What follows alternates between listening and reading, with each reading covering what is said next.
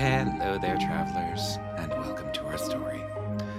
My name is Kieran, and I'm your guide to the world of Nazrim and many others. And why isn't my mouse with me? There we go. Okay.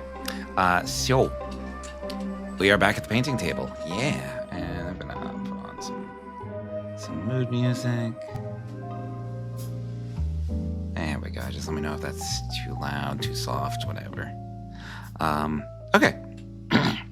So here we are back at the painting table. My voice sounds a little weird today. I just woke up a little while ago, so that might be part of it. Anywho, so we are working on the Deathwatch. Yeah, it's coming along pretty good. I did some painting after my last painting stream, in between. So I have finished skin tones. I have finished most of the hair on these guys, like this demolisher here. His hair and skin is all done. The camera wants to focus, thank you. I need to figure out outer system. I think because I have the camera mounted on a little flexible arm that's attached to the desk, but this desk is pretty easily wiggled.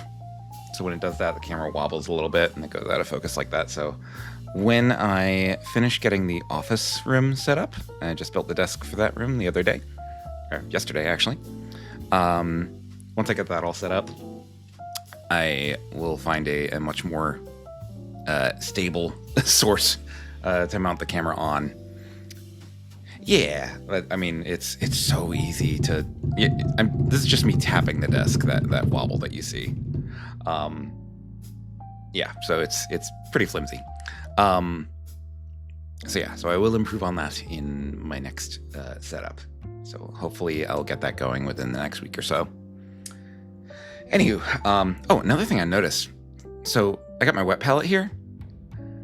It's been days. It's been like 3 or 4 days since I've painted.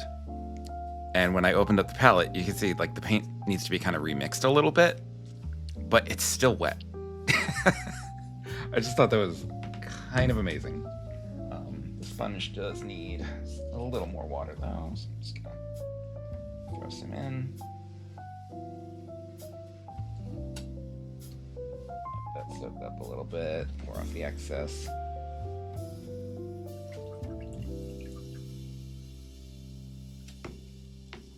Okay, and our wet palette is ready to go again. Now I probably won't need any of the colors that are currently on the palette, but if I was doing a big army project and needed the colors for a long time, then this palette is so good. I love this thing. I said it before and I'll say it again. It was a great investment. Pippa, would you please kindly get off my freaking laptop? She's been sitting on that thing very often, messing with it. Sigh. You know you're not supposed to be on there. You're a brat. Yeah, looking at you. Anyway, so our goal today is to, if we don't finish the Deathwatch, at least get a good amount of the way toward finishing. Because there's a lot of little details we need to work on. We got to finish the leather. That's probably what I'm going to start with today, because I started base coating it. You see, like this pistol holster there, and a little strap, and some of these guys have little bags on their belts. So we got to finish solidifying the base coat, which the base coat color I picked, Minotaur hide. It looks good. I like it. It's like a nice dark reddish brown, and the highlight colors on it look really good. But it doesn't cover super well on the base coat, so I gotta go over a couple times with that. Then the Blade Master, I haven't done his hair, and I haven't finished highlighting the hair on the head taker. So we'll do that. We will wash and highlight the leather bits after we've base coated them. I'll be highlighting the gold accents. And then these guys all have backpacks and like little lights and stuff on them. You can actually see these little monitor things on their wrists. I colored those with like a fluorescent green. I'll be highlighting that a little bit.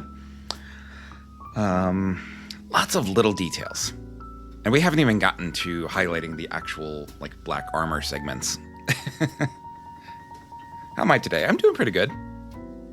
Still waking up a little bit, but there's painting to be done. So we are going to do that.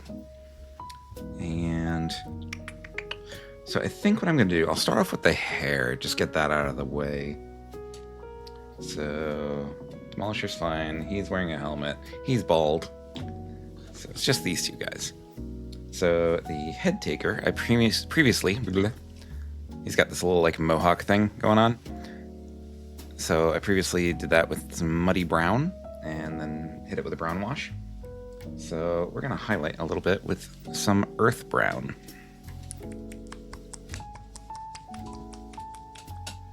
And Pippa is sitting on my laptop again. Probably because it's warm and she gets cold easily. Wow. Hello, Duck. How's it going?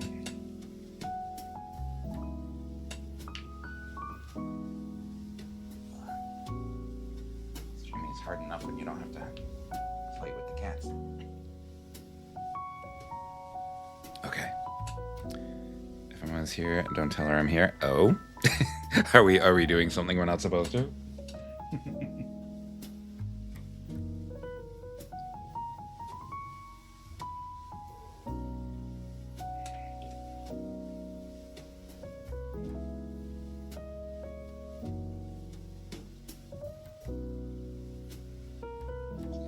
Slightly going over the mohawk with the earth brown. Don't want to get 100% coverage.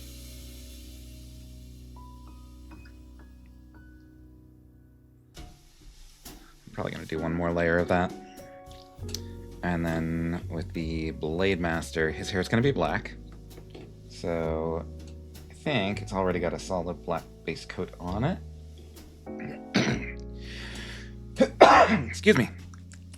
She disagrees with my sleeping habits. I see. I mean, it's midday, so... Unless she knows that you were staying up, like, really, really late. I've never done minis before. What kind of paint type? Well, these are all acrylics. I know there's a lot of different kind of paints out there. I've tried using enamel paints before. Doesn't work as well. Acrylics work best, and specifically brand name. I am a diehard fan of Reaper paints. This is their core color series that this yellow is from. Yeah, you can see the website, reapermini.com. That's where I get most of my paints. Although my washes I get from a couple of sources. So this is one of the Citadel washes from Games Workshop. They make really, really good washes. And then we have a couple of washes from Vallejo, which is another really good paint company. I was thinking of, in the near future, it implies I went to bed, oh no. In the future, I do actually intend to start airbrushing, because I do have an airbrush and an air pump. And I hear Vallejo makes some really good airbrush paints. So I'm going to look into that when the time comes. So actually, part of the reason I'm setting up the office in the next room is because it's got a nice little window right by where the desk is going to be. And I can just hook my airbrushing booth up to that desk, up to the window to get some good ventilation. So. Okay. And then we're just going to add a little bit more to that guy's hair with some leather brown. This is pretty bright, so I don't want to use much.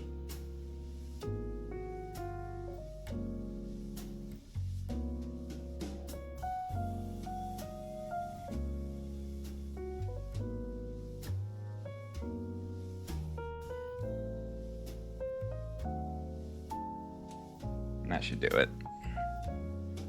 So the head taker has nice brightened up hair.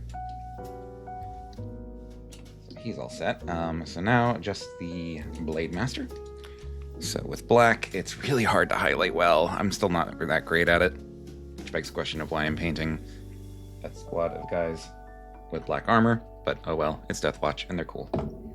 Anyway, so I'm going to be using some Stormy Gray to try and highlight his hair a little bit.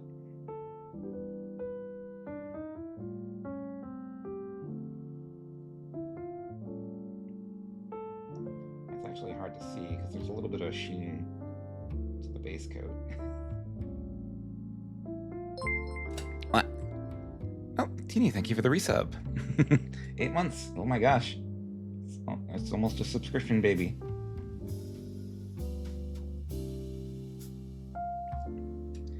Okay. Yeah, he doesn't have very much hair going on at all, so not too worried there.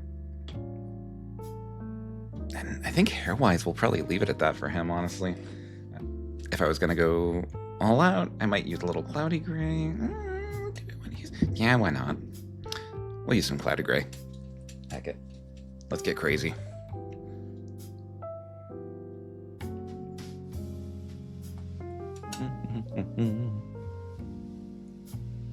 Looking good. Yeah. And the models are looking pretty good too. Waka waka. Okay.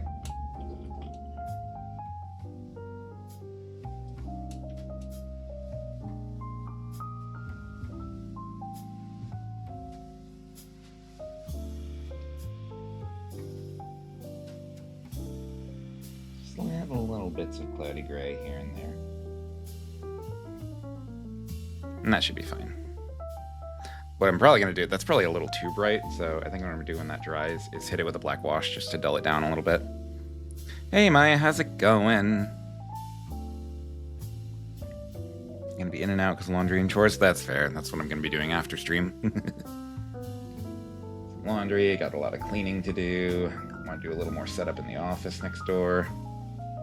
Oh, one thing I did do with the office, I set up a light box in there, so when these models are done, I'm gonna take some pictures. It is cold. Yes, it is extremely cold. My God. It is single digits this week. I'm not looking forward to that. So, yeah.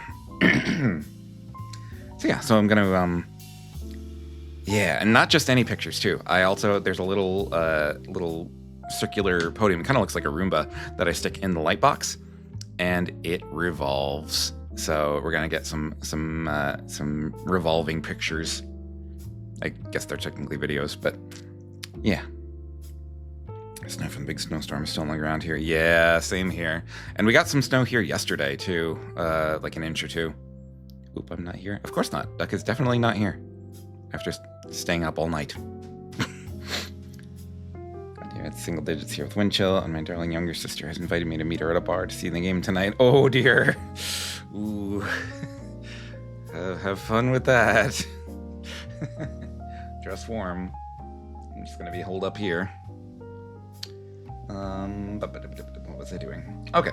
Hair is done for the most part. I am gonna, like I said, hit the Blade Master's hair with just a teeny little bit of black wash. I don't want to use one of the good brushes for that.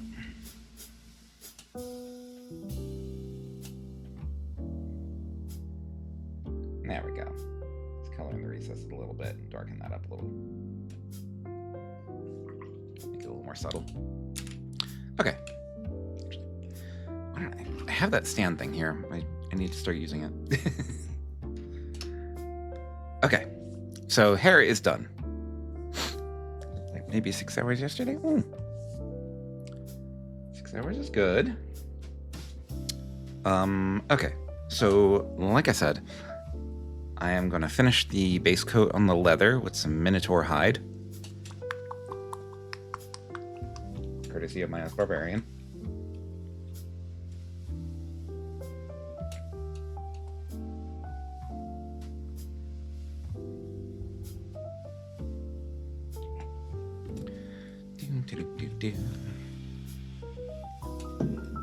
It's enough for today as well, right? Yeah, I guess, it's Sunday. Unless you have to be anywhere. I do like a nice lazy Sunday. Okay. So we're gonna get at least one more coat of Minotaur hide on these leather bits. All the pistol holsters, little bags. these straps that we see. Some of these guys have straps around their legs. Sheaths for the knives.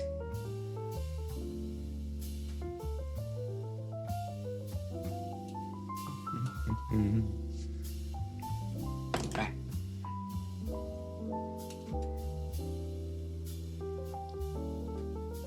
Just realized there's a lot of detail on this sheath that I'm gonna have to go back and do later. But that's okay. Alright, so not too much leather on him. This is one of those guys who has the leg straps.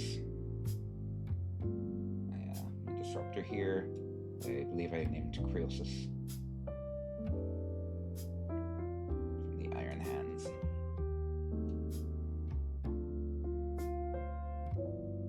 Oh, I just thought of a fun thing that could be interesting to do, like a collaboration type thing. So if my teammates are interested, because we did do the Primarch Smasher Pass, and I kind of explained a little bit about the different legions, but a lot of VTubers lately have been reacting to the Bricky lore videos on 40k, and like I don't normally think about collaborating with really big creators, but Bricky is one of them that I do think about collaborating with because he's a huge 40k fan, and we both really like the Genestealer cults, which is cool. So I'd love to get his attention. But anyway, he made some really fun lore videos, and a lot of VTubers have been reacting to them. So it could be kind of fun to kind of stand by and subject people to those and see what their reactions are. If y'all are interested.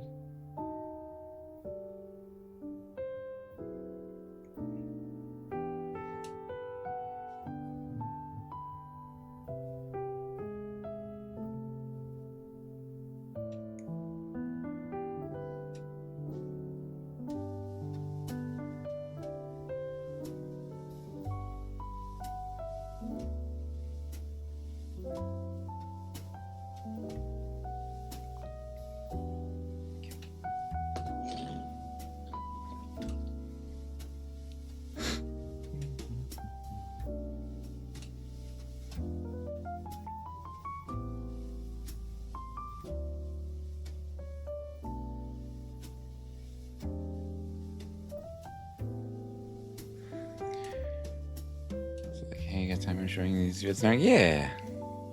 Actually, watched the two-parter break you did about the Warhammer races, specifically because my D&D game yesterday morning got surprise canceled. Oh, the person who made it one time was Nil, the guy who would come by the Dark Heresy. Yeah. He's made a couple of those, actually. He made the original, which I prefer, honestly, because it's a little wackier. But he did the re-explained ones, which are like, they're less wacky, but very informative. Like he did a lot more research for the second round.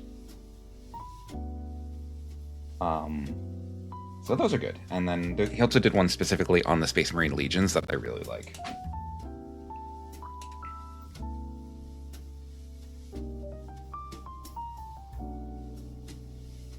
And when I was doing the leather, I realized there's a little thing here. I had no idea what it was at first. It's a Necron head. He's just got a Necron head hanging on his belt, which I guess makes sense because he is the head taker. And actually, the Deathwatch team, this was part of a set called Tomb World, where it's Deathwatch versus Necrons, so that makes sense.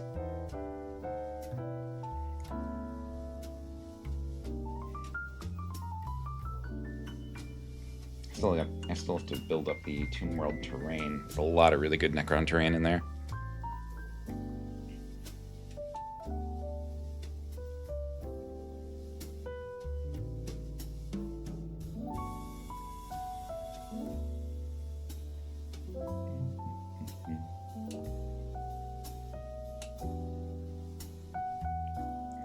Touch up the armor a little bit, so I'm glad I didn't highlight it yet. Okay.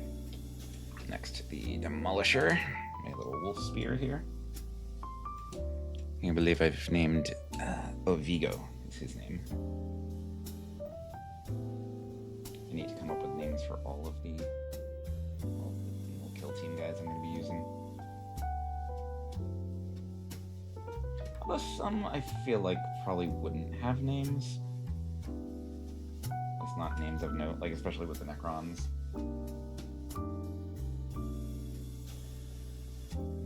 The major characters probably would, but lower level guys, nah.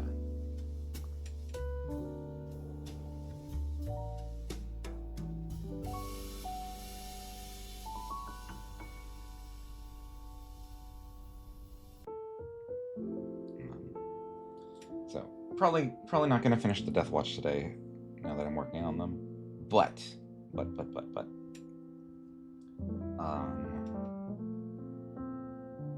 do have actually a couple of the next kill teams on the table here. Because I'm going to be doing a second round for more kill teams for future battle reports. So I've decided on 3 of them so far. So it's going to be another Imperium team. I'm going to go with the Casterkin. It's the elite Imperial Guardsmen. And then I'm also going to be doing the Kroot. So they're kind of Tau Empire adjacent. So that'll cover one of the Xenos races to do. And then I've also got a new kill team that I built recently, and I really liked the look of them, because it harkens back to my very first Warhammer Fantasy army, actually. That's the whole reason I got into that game. And I thought of a really cute color scheme that's like very VTuber related.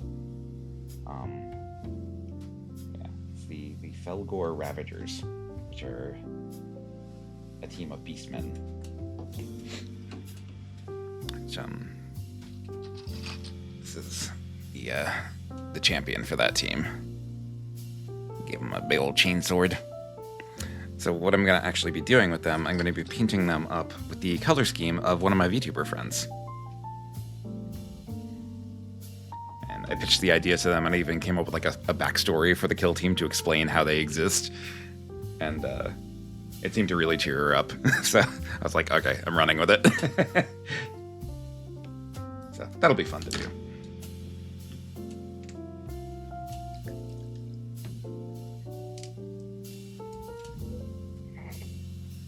I like when my nerdy silliness brightens someone's day.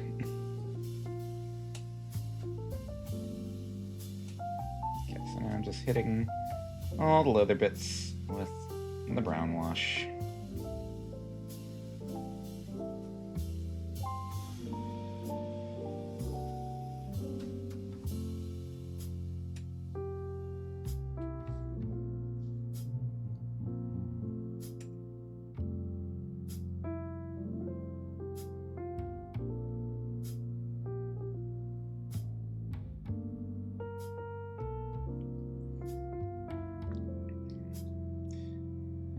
Actually, I think we haven't made a solid plan yet and decided exactly what we're doing with it.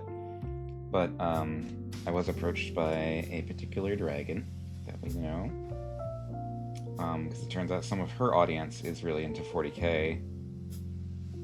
And she's just kind of learning about it through me. So we actually thought it might be kind of fun to play a 40k game together. For her community. So that could be fun. That could be fun.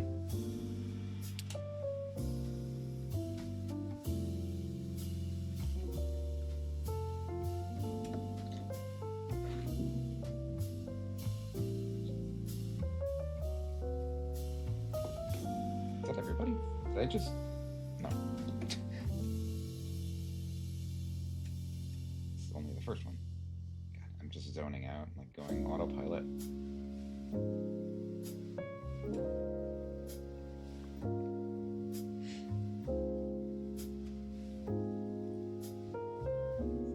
So I've been informed that today is the Super Bowl, so that's cool. What I should have done today, I should have made a big deal of that and like played some Blood Bowl or something. I'll have to remember that in future years. But I do have a lot to get done today. And I did want to make sure to put in some painting time. So, and not only that, like I mentioned on Twitter, I think I am going to probably keep video games just to like collaborative stuff or like a big special event of some kind. Because those streams don't seem to do that well. They're not that well received. So I think I'll stick with the painting and the tabletop RPGs when it comes to streaming itself. I might do some Let's Play videos though. Maybe for the YouTubes. That way I can still play the games I like to play and put them out there, but I can kind of focus my streaming more towards the models and tabletop stuff.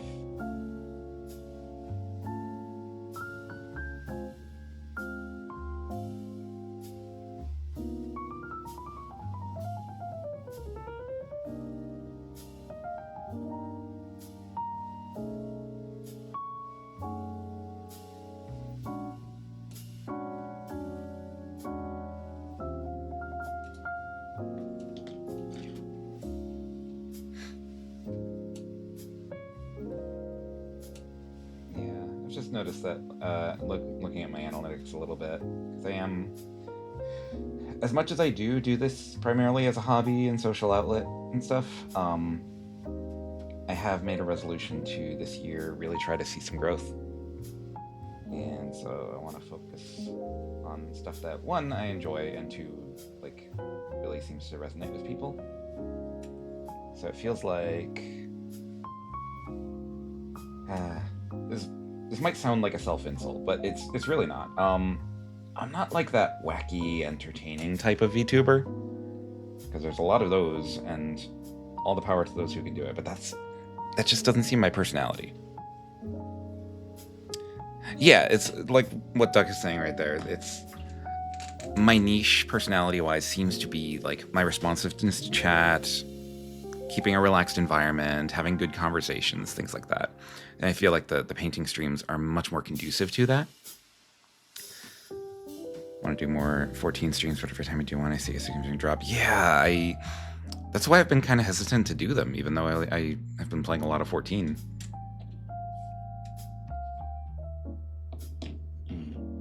I don't know. It's hard to crack that code, you know? Especially because, like, this kind of thing isn't, like, the whole streaming and content creation, that's not my main background, you know? So this, what I'm doing right now, is my background. So yeah, so I gotta level up in the background a little bit and figure out what I'm doing. It's easier when you're new because everyone loves watching the story. Yeah. That's actually how I met my friend Ella. She didn't play 14 as far as I know, but when I was doing my first test streams before I even had an avatar over like 5.5 years ago, she stumbled into one of my test streams.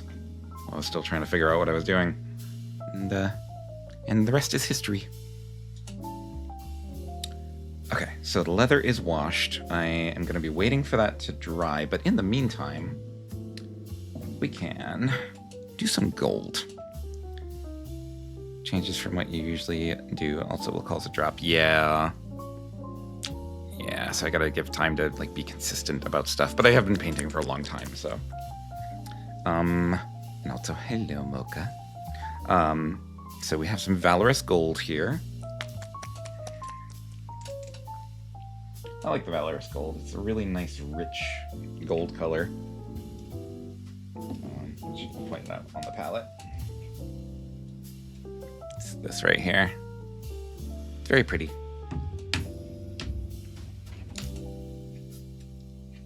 Okay. Could I play Harvest Moon after playing Dark Souls? Yeah.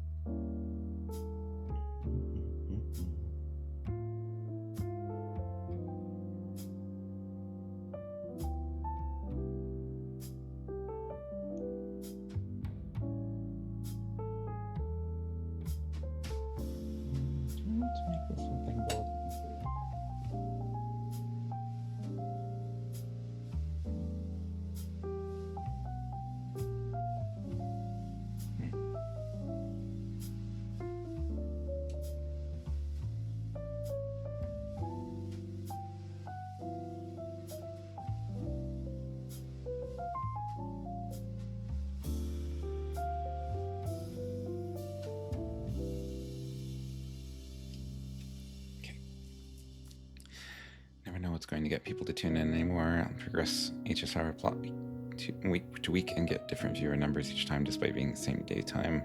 Yeah, my god, it's such a mystery. It's so hard to crack that code. So yeah, I'm going to be experimenting a little bit, mostly like leaning into what I know I'm good at and what people seem to like. And like maybe after I see a little growth, I can branch out a little bit more.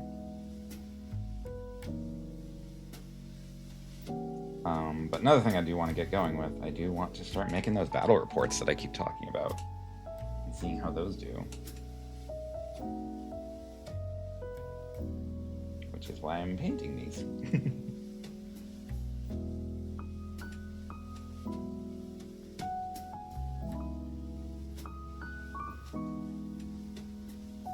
And there's a lot of battle reports out there. So I was trying to think, like, okay, what can I do to really differentiate my battle reports from other people's? And I thought, oh, you know what? I'm okay at writing. So I'm going to lean into that. And that's why I've been naming the characters, and I'm going to be crafting little stories around every battle.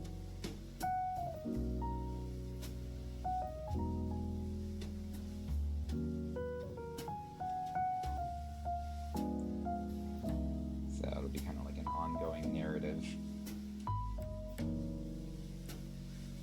I got some paint I didn't want to get. That's weird. Where did that come from?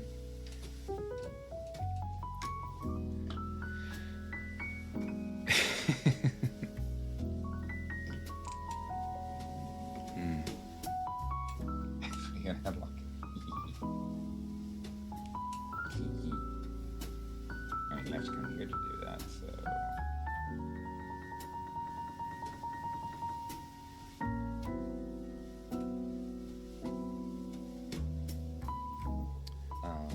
And I also do want to start making more ASMR stuff, especially now that I got that mic figured out.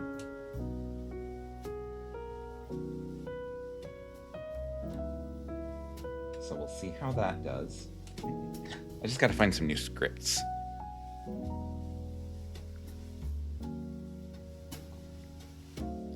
The entire reason I went and checked you out in the first place was one of your book reading streams. Not Twilight. 40K ASMR. People have done that.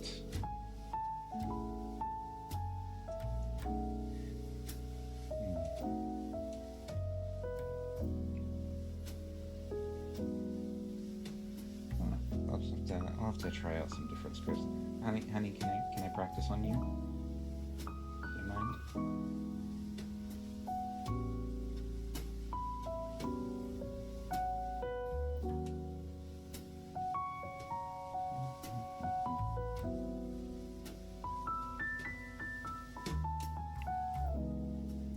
God of Mice or an excerpt of a story about Zenobia. Oh, okay. Phew.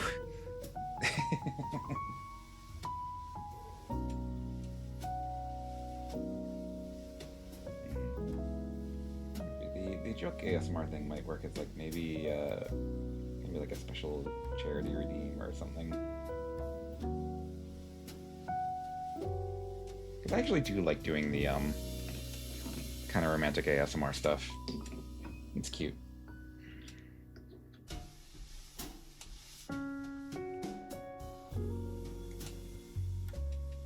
And I do need practice with voice acting.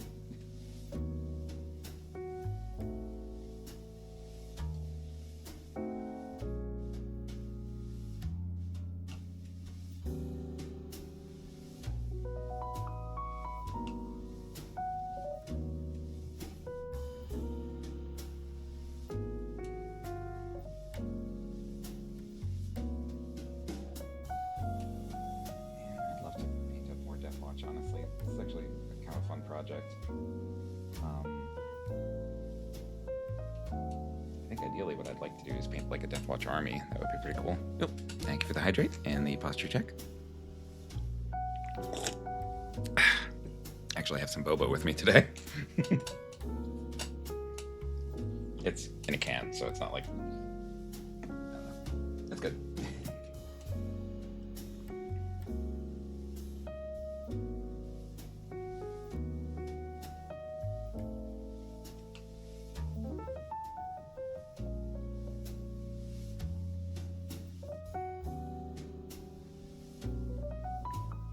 You drink boba.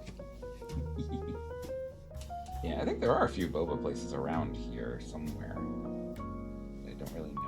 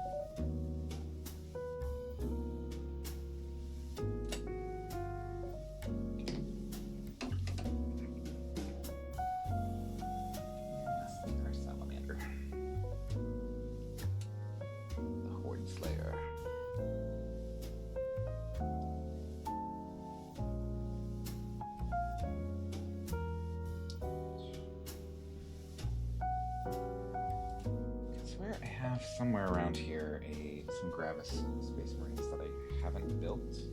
Some heavy intercessors. I think I might take one of them and make an extra Deathwatch model out of them. I wasn't able to make one of the specialists. That makes me sad, because there's only so many parts.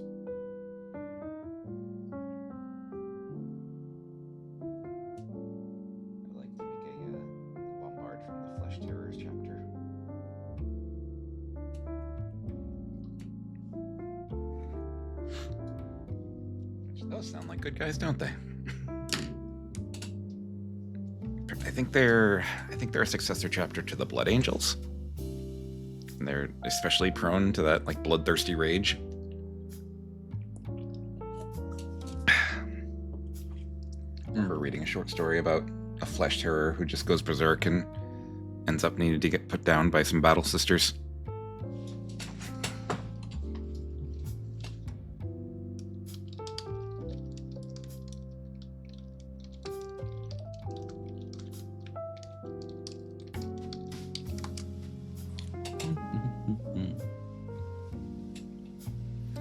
Battle Sisters would be fun to paint too. I do have a paint scheme in mind for them, because I did I pre-ordered the new Kill Team set that's coming out. I forget what it's called, but it's got Night Lord Raptors versus some Adeptus Sororitas Celestians. So the Night Lords I will be probably painting up traditionally with the blue and gold, with a little like free-handed lightning on the armor plates. But the sisters, I think I will be going with a special custom color scheme. It'll be another one of my like VTuber inspired ones.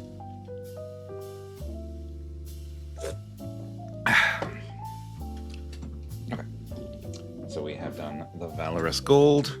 So the gold bits are brightened up a little bit, but we're gonna take it at least one more step further, maybe two. With some, hard to read the label now, but it is Dragon Bronze.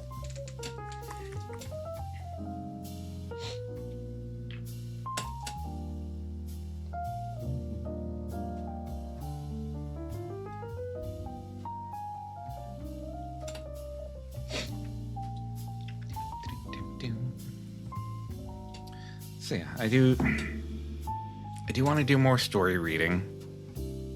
That will help practice the voice acting skills, which I think I need a lot of work in.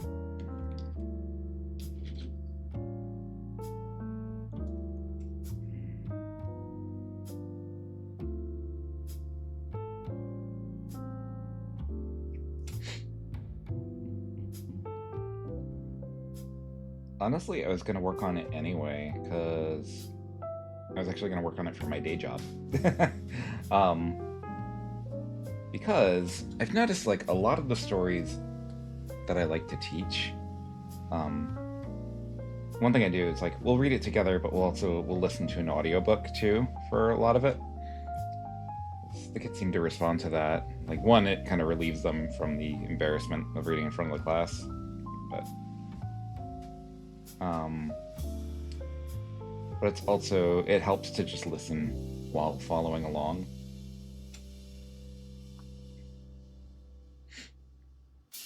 You hear how the words are supposed to be pronounced, and you get the inflection that it's meant to be read in, and all that good stuff.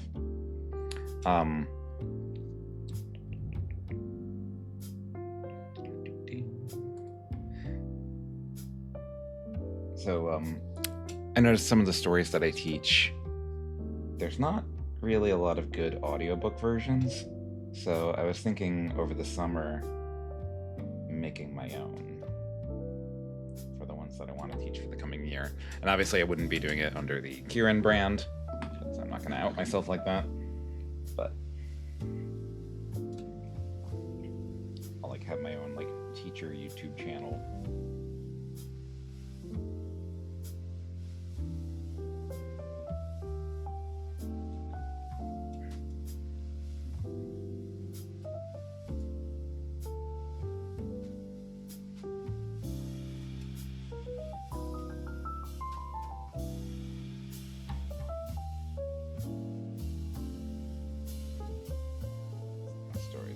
Belt and We Ate the Children Last. That's a good one.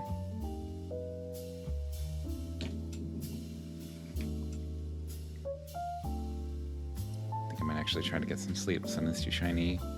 Gabby, hello, welcome. How's it going? It's good to see you. Just painting some Deathwatch for our 40k battle report series that we want to make.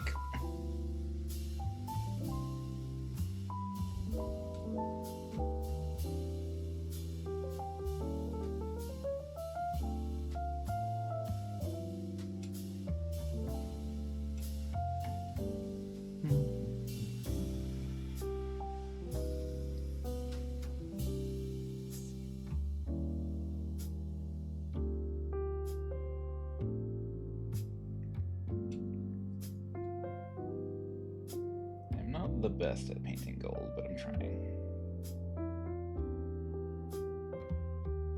I think we are gonna do my little trick at the end of that to kind of make the gold a little rich. Because after you finished highlighting gold, if you hit it with a sepia wash, and often, what is this?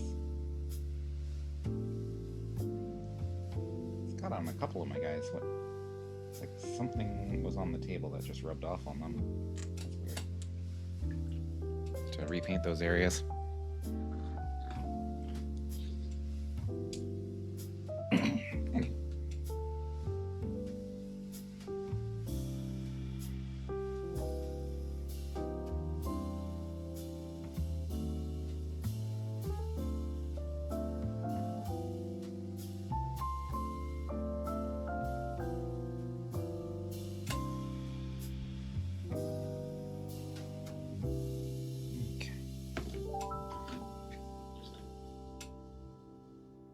Highly nocturnal. I used to be. Those were good times.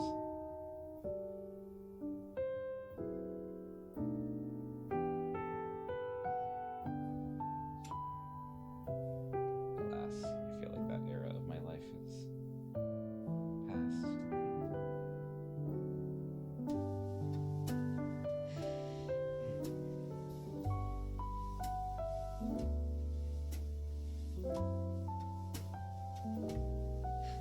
Be up during the day if necessary, but if you need me nighttime is when I'm available. Yeah.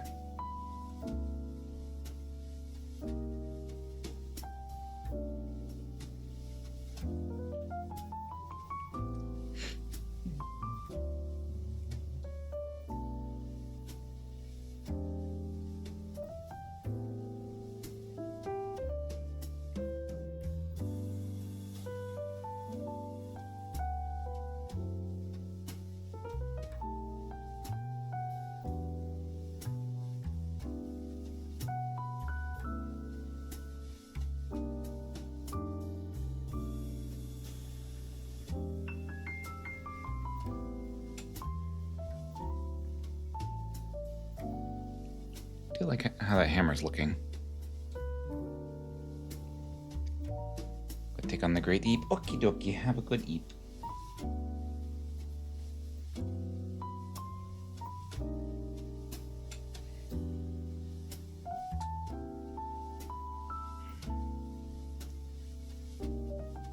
Okay. There we go. So our dragon bronze is applied. And that just leaves, I think, a little touch of one more color before we do the... Oh, Teeny, that drawing looks so good. Just saw the group chat.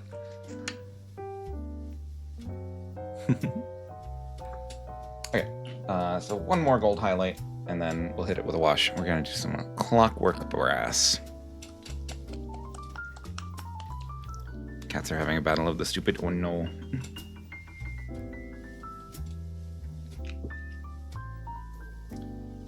Mine are not having a battle, they are just having the stupid.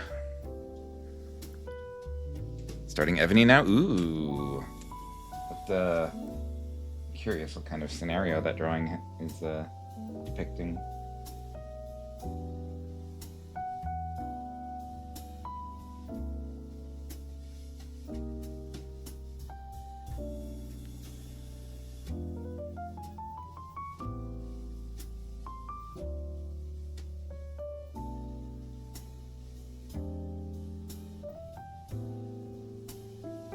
Hopefully when people think it's cute, yeah. Just kind of imagine one of her, like, perched on a building, staring into the distance kind of moments.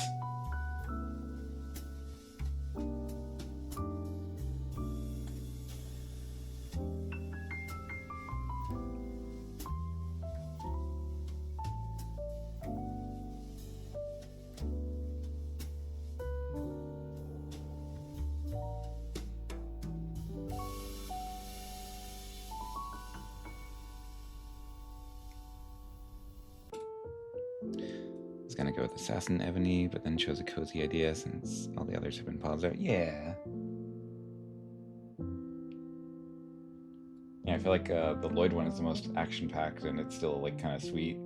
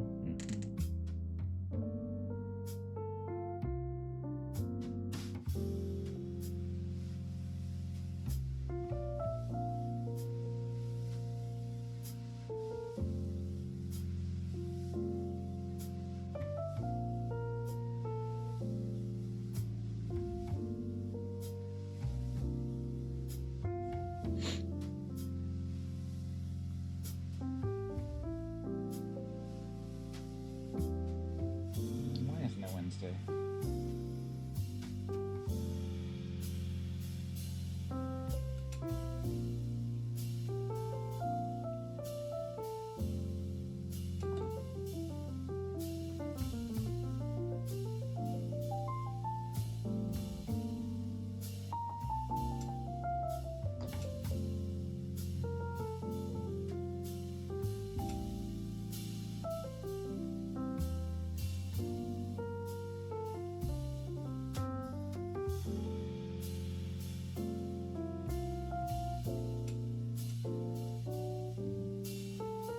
Oh, so I also mentioned on Twitter, I have a new asset for the streams that I have put in. I'm not gonna say what it is, but if a thing happens, we will all see it. It's very cute, actually.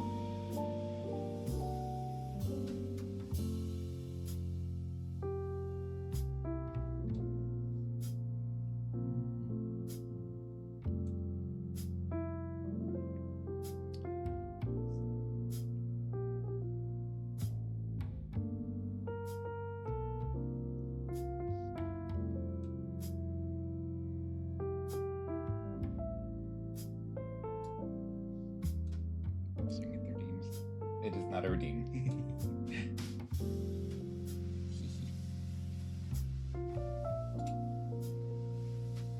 It requires someone else doing something. Something that doesn't really happen a lot for me. That makes it all the more special when it does happen.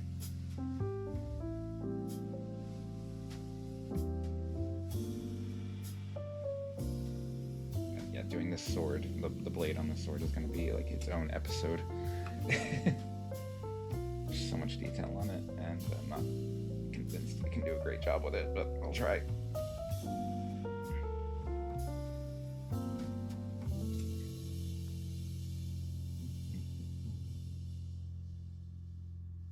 Get the heat, please.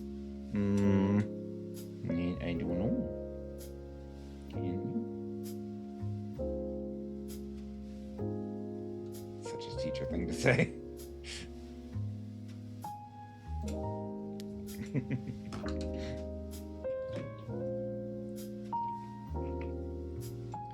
Okay, so the gold is all layered up.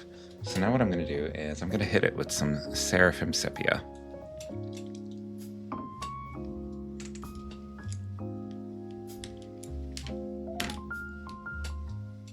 You're spending money? You don't, it's not money. It's not money related. Save your money. Spend it on things that are good.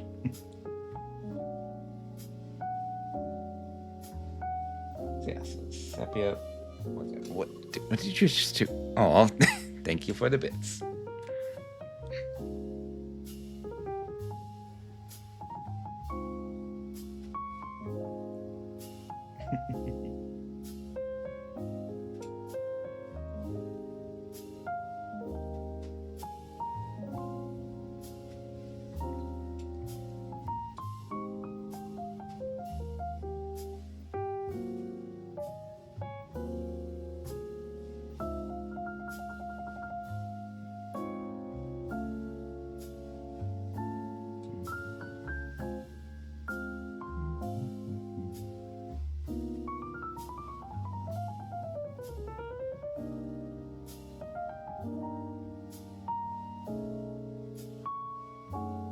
You have to prep. What are you doing?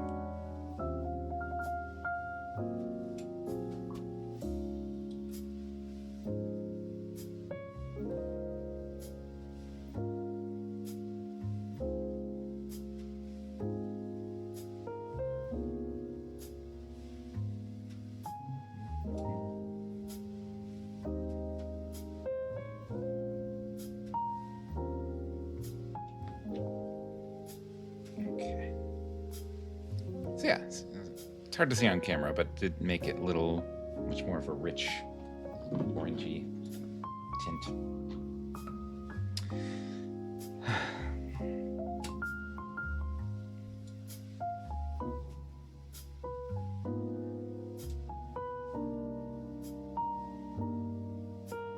I just realized a couple of these guys have knives on their belts that I did not goldify, so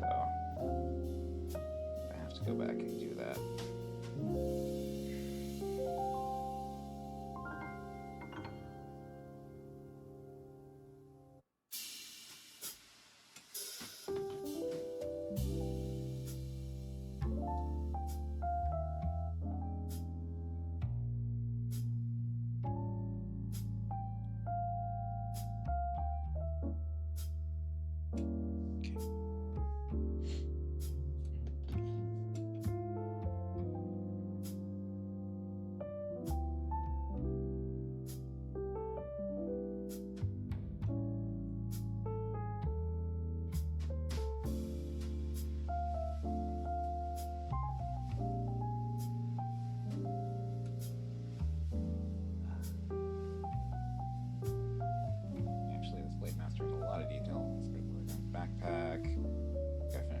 Servo skull.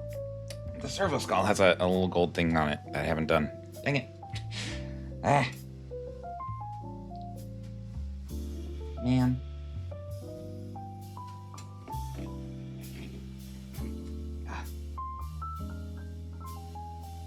so many things.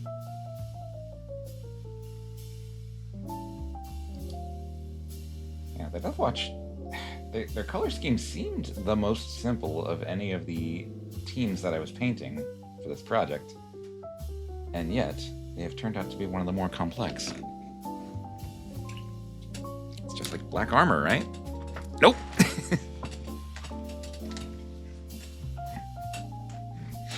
I haven't even done the black armor, and I've been doing a ton of detail. Ay.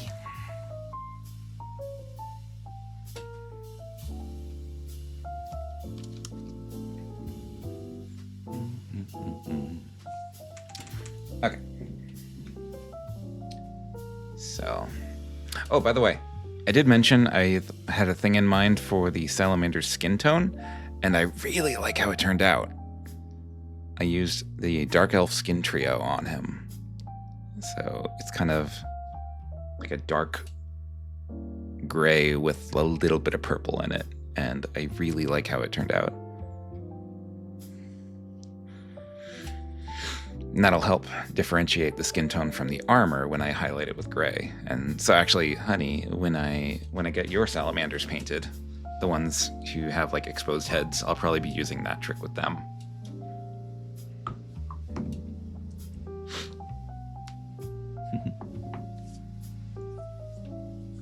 Yeah, I like this character a lot. He looks pretty cool. And also, I have to do the wash trick on the nozzle. Little flamer nozzle on his gun. Okay. Alright, so all the gold bits that I actually didn't miss have been finished. They are done. Man, do I want to go back? I guess I have to. I have to go back and hit all the gold bits that I missed. Man. Okay, so this guy doesn't have any that I missed, so he's fine. Oh, his antenna is breaking off. Oh no. To try and reinforce that somehow. This guy has a lot. Do you? You have a little bit. You? No, I think you're fine. And Mr. Demolisher, a little bit, yeah. Okay, so we're going back. Starting at the beginning with some squished metal. It happens.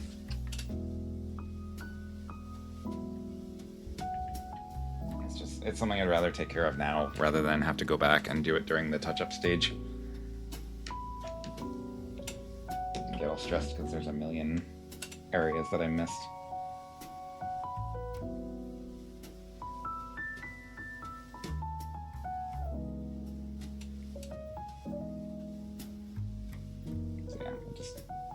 How many of these guys were carrying knives.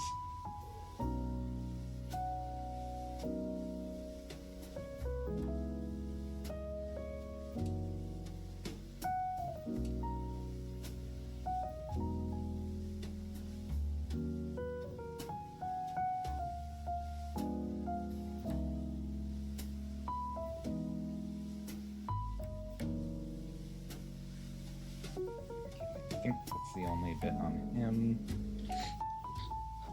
Same thing for this dude.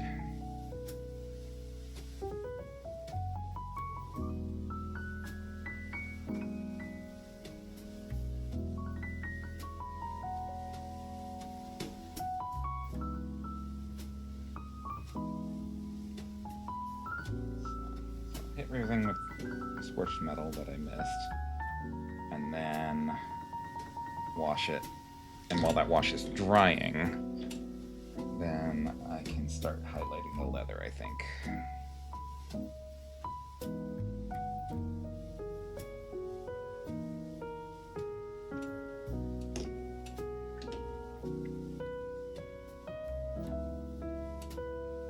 You got a sword, why are you also carrying a knife?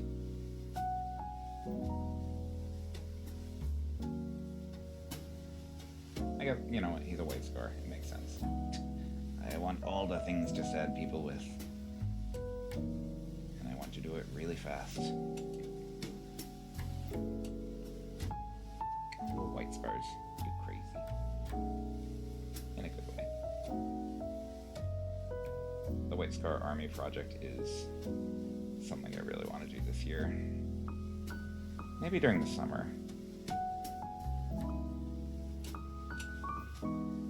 Maybe paint up a White Scar Combat Patrol or something.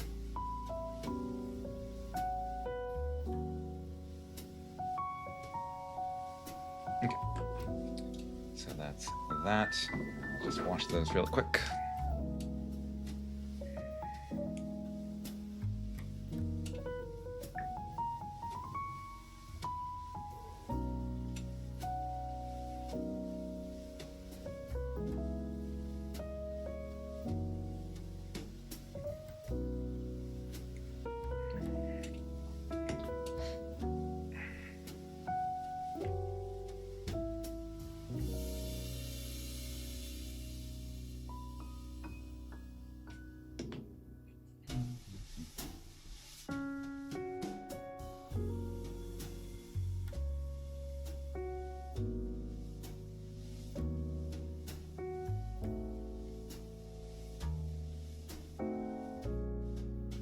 Servo skull is so cute. I mean, it's horrifying when you realize what it is, but still. Not as horrifying as the cherub, which, by the way, I do have a cherub that I will be painting as part of one of the kill teams. The Sanctifiers come with one. The Sanctifiers team is going to be fun to paint, I think. A lot of flame weapons, a lot of, like, robed zealots. It's cool stuff.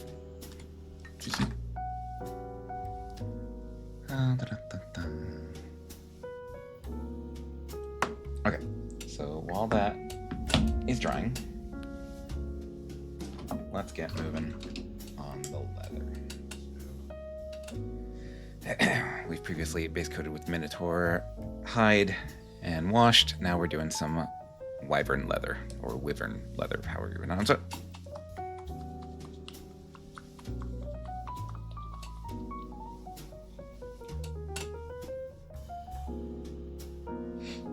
Everyone says wyvern, nobody says howvern.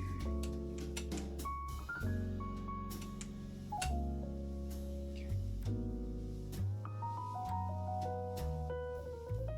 So this will brighten the leather quite a bit.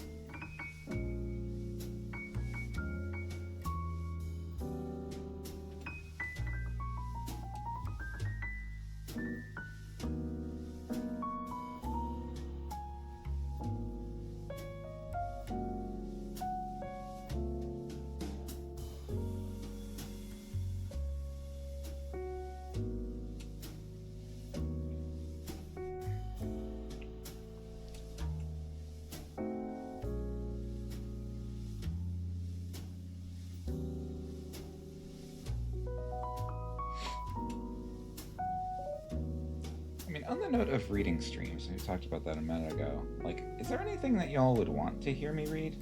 In particular? Because I've read a few different types of things. I don't want to do another Twilight book, thank you very much.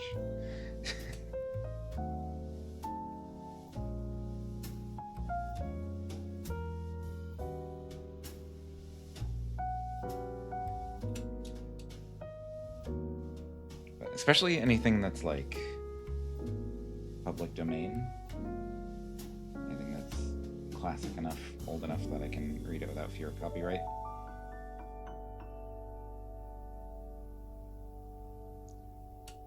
King in Yellow, maybe? Ooh. Mayhaps.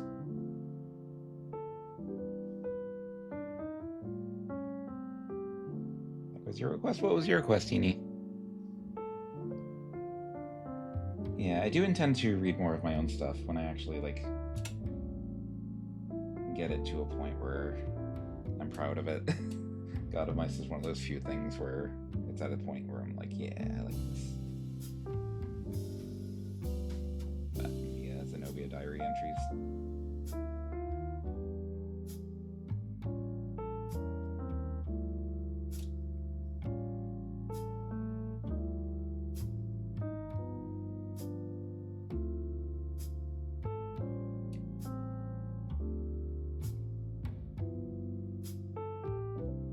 also, I don't know if anyone would go for it, but the thought occurred to do like audiobook readings, like short stories and stuff for commission. I don't think people would go for it though. Oh, the Twilight. City of Ember, huh? I'm gonna make a list.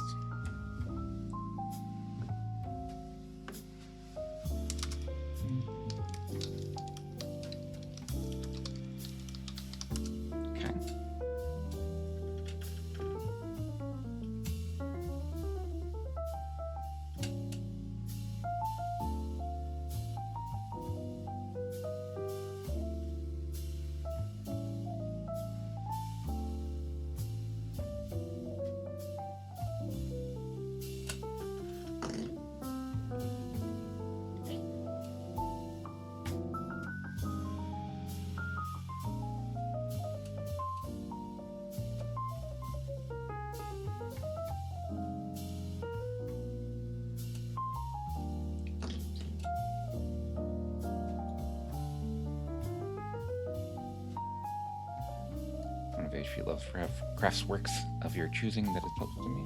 Yeah, I have done that on stream a couple times. On Halloween, I read some Lovecraft stuff. I think I read The Beast in the Cave and a couple others. But I did not save the recordings. So I could always do that. I do have his complete works, so...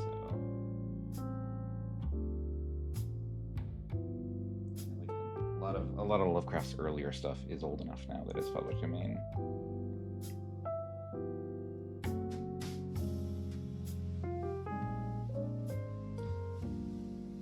One of his stories I really need to read at some point, just for my own enjoyment, The Reanimator, Herbert West's Reanimator, which I made a movie based on.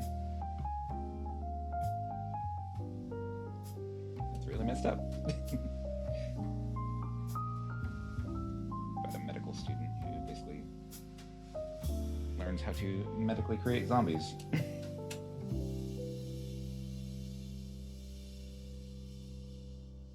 And only good things happen from there, I'm sure. Oops. And I just dropped my brush. Where'd it go?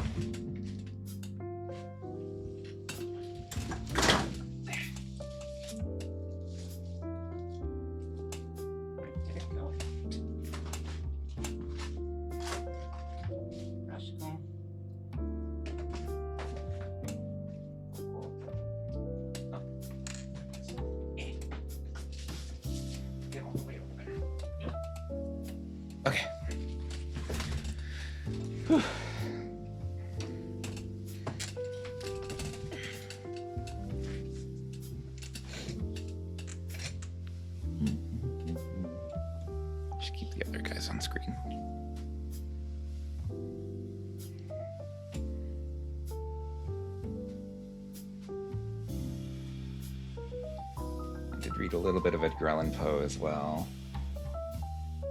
There's one story, oh man, I can't remember the name of it, but there's a really good story I read on Halloween. It's about this dude who's just been like trapped in a castle all his life.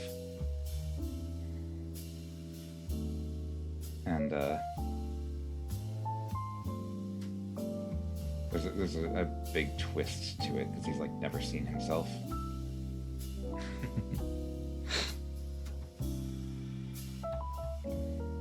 A lot of fear of like some terrible monster that's like haunting him, and the twist at the end is like it's him. He actually gets out of the castle and goes out in public, and people are like screaming and running, and he thinks, oh god, the monster's after us, and then he turns around, he sees the monster, and he realizes he's looking in a mirror.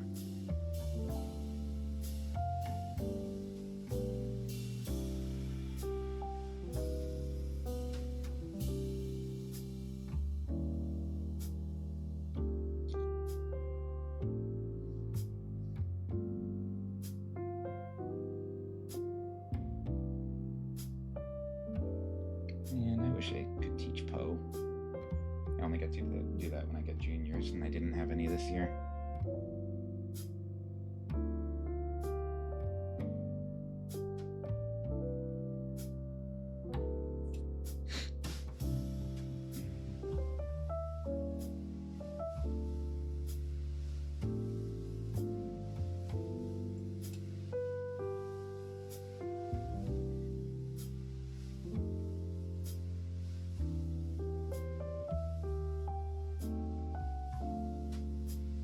I do like this nice reddish brown with the black armor.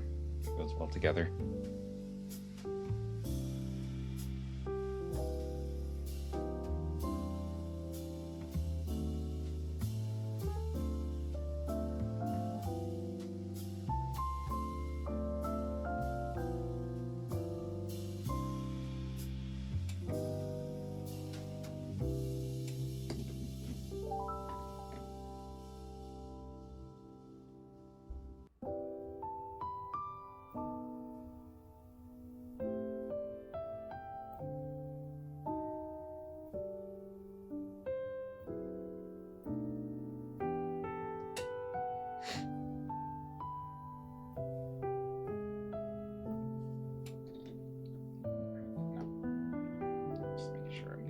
Straps that I need to. I'll need to. Two of them have them.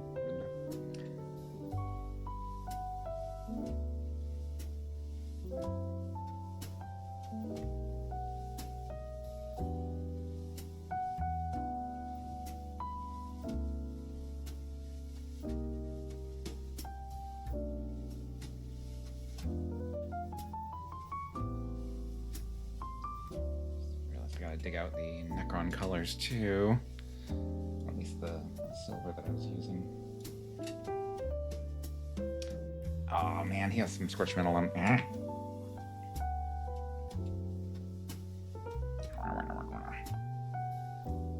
So many details.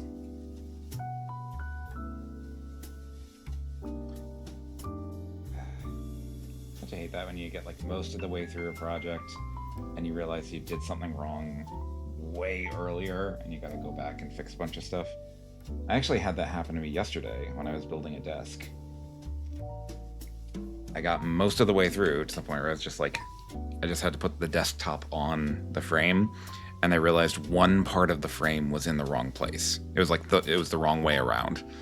So I actually had to disassemble the entire thing just to switch it. I just looked at it for a second, my shoulders slumped. They're like, no. So I took a break for about an hour and did other things just to cheer myself up before I got back to it. But I did it. It felt like the death knell all over again. That infamous painting project.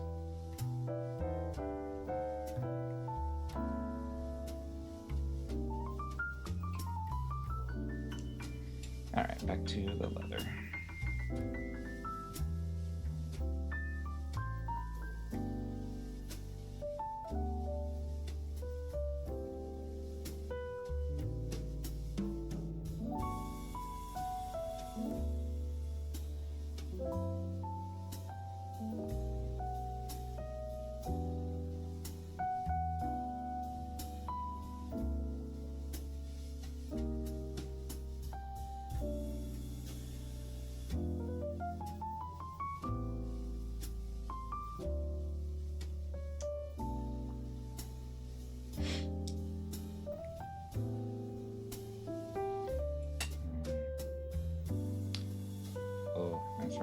Some future painting projects, I was looking around at some hobby videos and I found a really cool tutorial for some special base work that I am 100% going to be doing, because inspired by Space Marine 2, I got a squad of 1,000 Suns, the Rubric Marines, and so I'm going to be making a kill team out of them, the Warp Coven.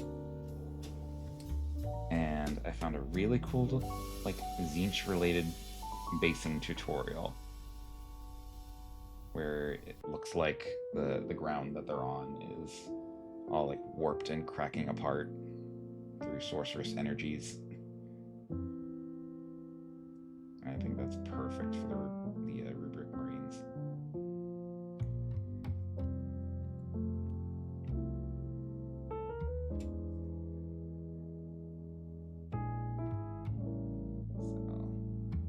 probably do, that requires a special technical paint. Because what you do with it is you first base coat the base itself in white, and then you paint like kind of a random design of like pinks and blues and purples, like Zinjian colors, all across the base, and then you cover it with some clear PVC glue that's thinned down a little bit. And while that is still wet, you slop on, I think it's Mordant Earth, which is one of the GW technical paints. And what Mordant Earth does with the glue is, as the glue dries, it pulls the Mordant Earth apart while the Mordant Earth is drying itself. So what you're left with is like this crackling, like chipped and cracked earth that looks like it's been torn apart. It's a really cool effect. And like, as it's stretched apart, it reveals all those like bright blues and pinks and stuff that are underneath. So I am actually quite excited to see how that looks. At least when I attempt to do it.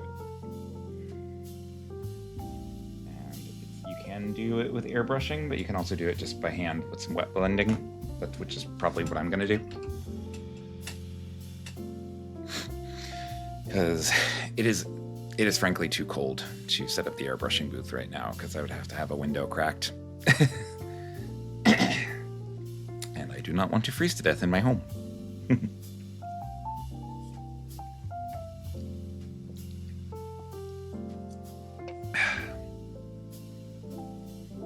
Yeah.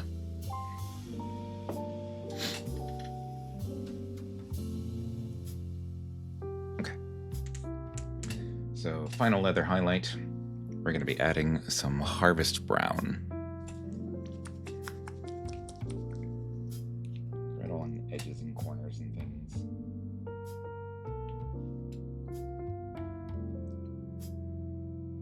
It's very orangey brown.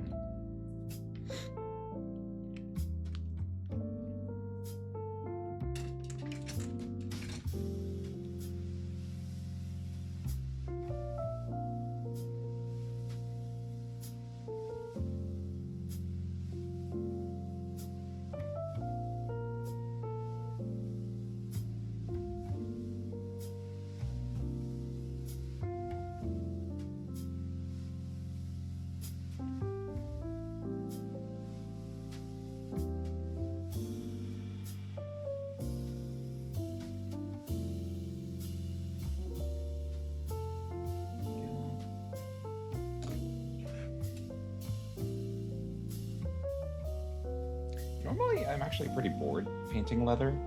I don't know. It always seemed kind of tedious, but for some reason, I'm really liking it here. Just the color combination just kind of looks really nice.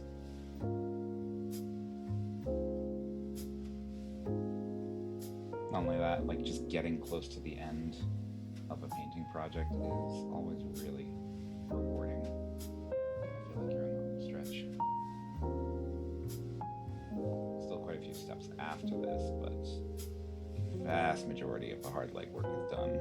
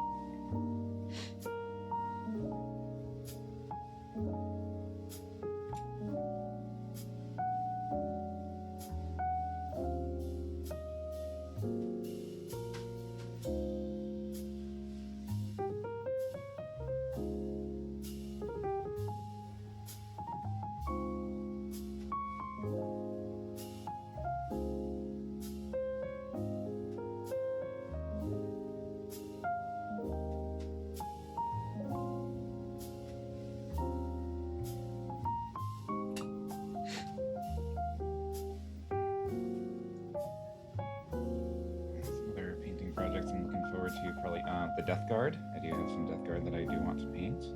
as a kill team for them, as well as some other units that I got for Christmas. They're still in the box. I haven't even built them yet.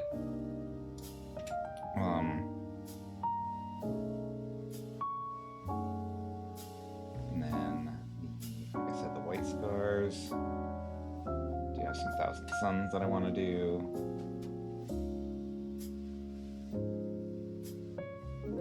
Some more kill teams, of course. Too many kill teams.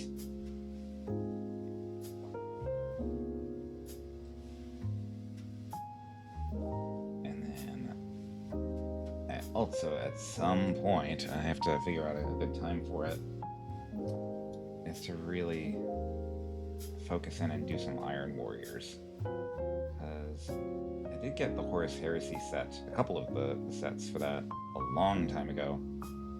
And I still haven't done them, because I wanted to paint them up as Iron Warriors.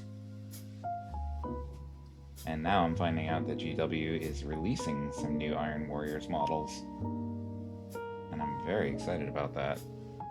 Especially excited about the possibility that Perturabo might be one of them. I think if they are doing him, they're saving that reveal, making us wait for it.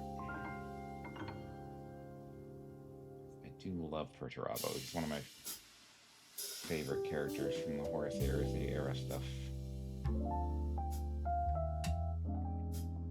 I just love how incredibly petty he is.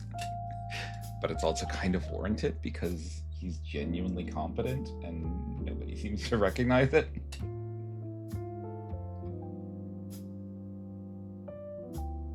Like, he is all of us when we're like stuck at a really boring desk job while everyone else gets the good assignments.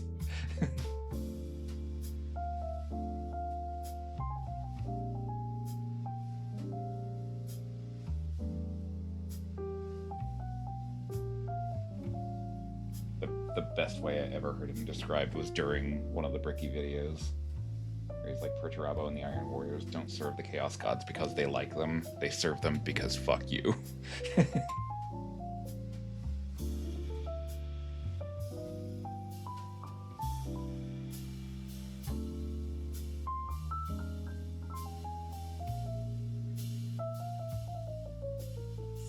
Once again, reiterating that if the Emperor was a decent father, a lot of this stuff would not have happened. Emperor was kind of a jerk and kind of brought all this on himself.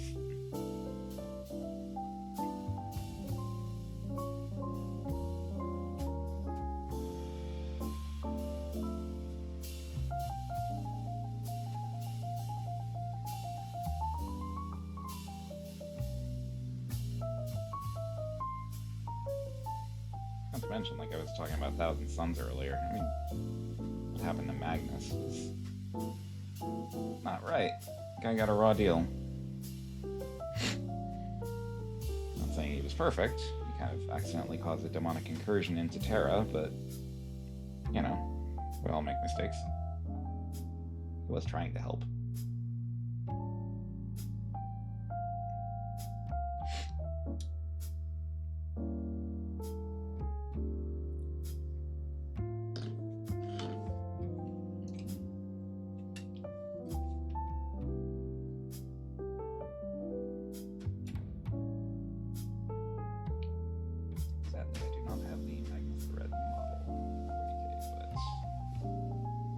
If I end up liking the Thousand Suns, maybe a future painting project.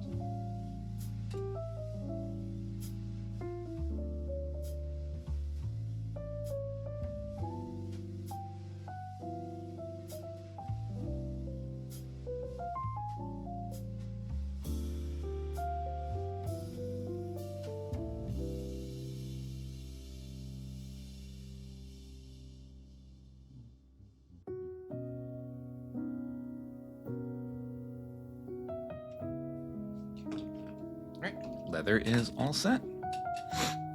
So now I think I'm just going to go back and retrace some gold steps. What did I do with the Valorous gold? What did I do with it? Gomez, do you know what I did with the Valor's Skull? No? You had one job, Gomez. There it is.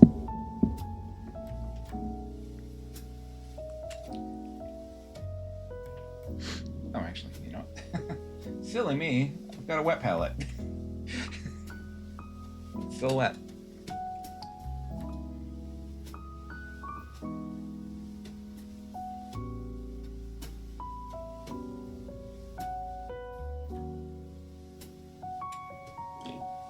That.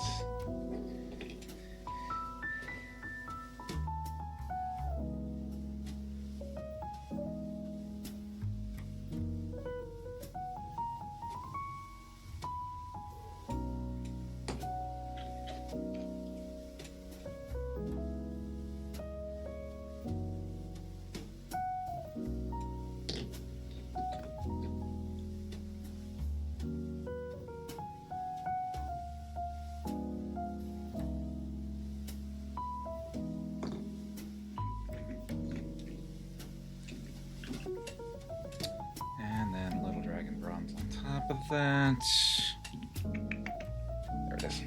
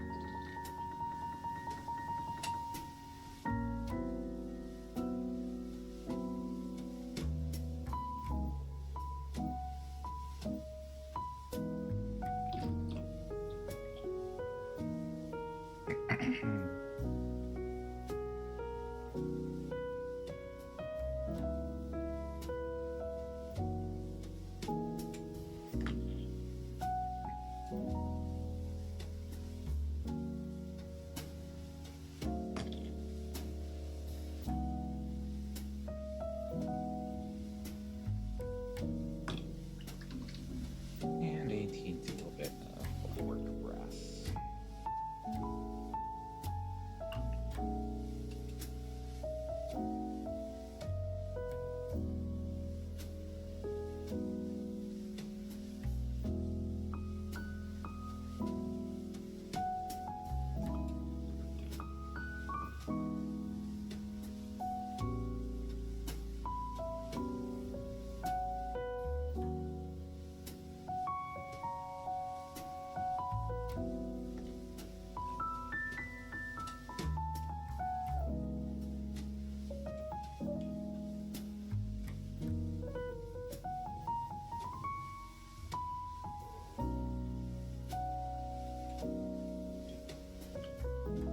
I just kind of realized, kind of a random thought.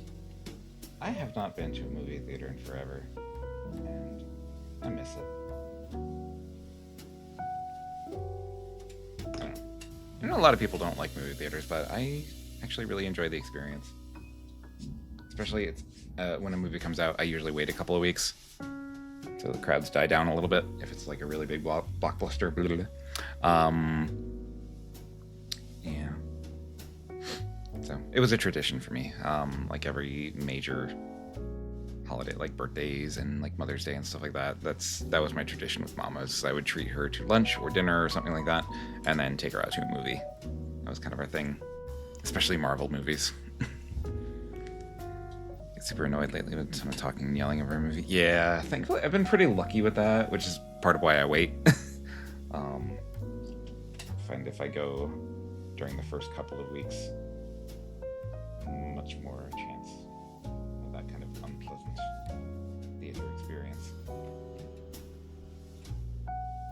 Okay, sorry, Gomez. I scratched Gomez's head just like briefly, just a little affectionate thing, and he was like, "Oh, you want to pet me?" He got up and like is now seeking cuddles. Like, no, no, Gomez. No, do not climb into my lap. Alright, so this point, we've done the leather, we've done the gold, we're making some good progress here. Now I think we're going to focus in on the armor. So one thing I want to do is some touch-ups on it.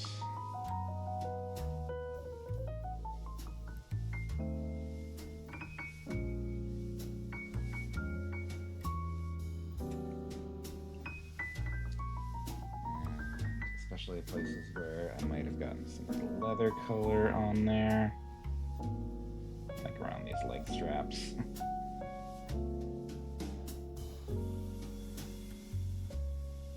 The holsters and stuff.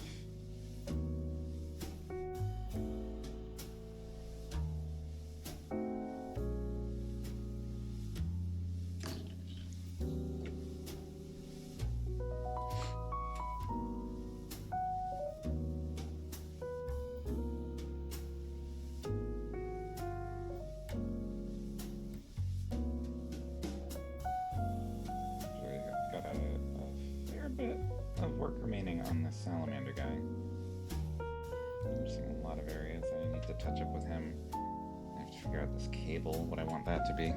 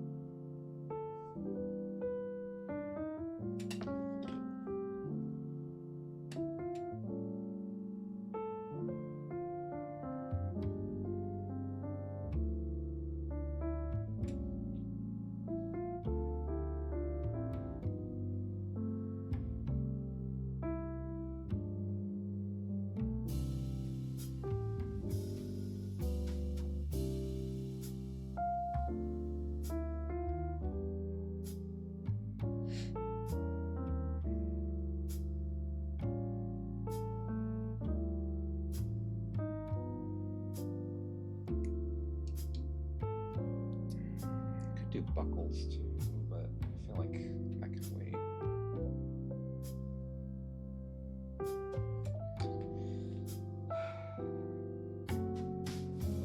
I've been dreading this step for such a long time, and I finally highlight the armor.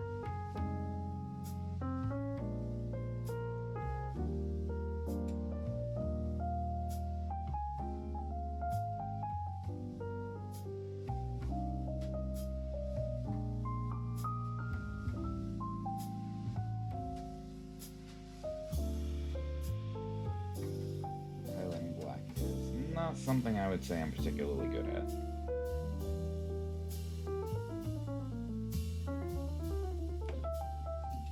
Okay. Here we go. So, the goal here is we're mostly edge highlighting. In fact, pretty exclusively edge highlighting in various grays. I think we'll stick with 2 grays. So the first thing we are doing is Stormy Gray.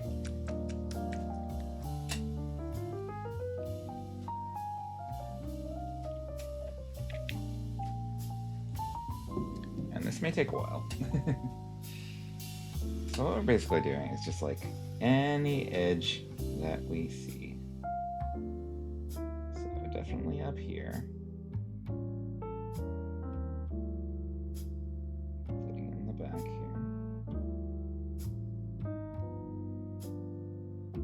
It's gonna look awkward at first.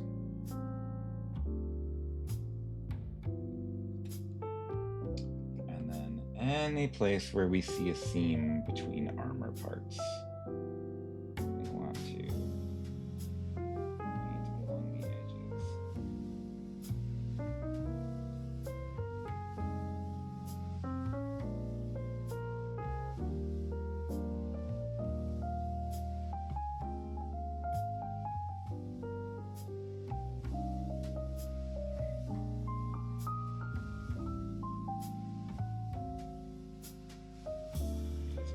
side of the brush rather than the point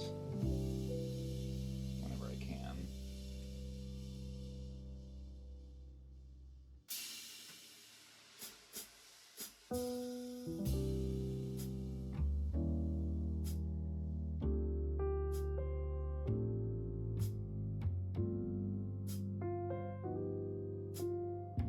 Sometimes I'll use a little feathering.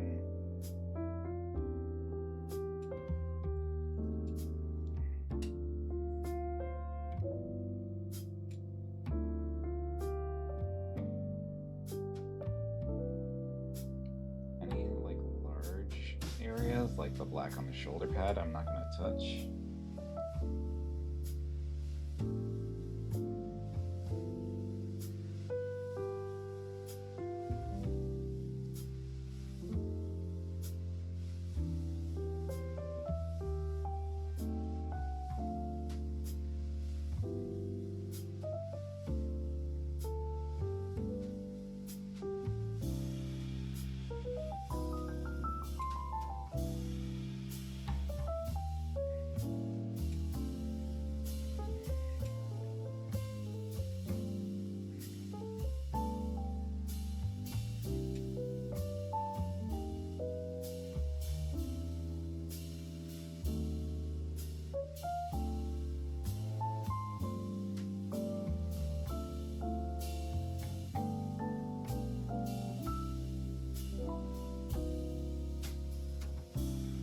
As much as I love the look of the new Primaris armor,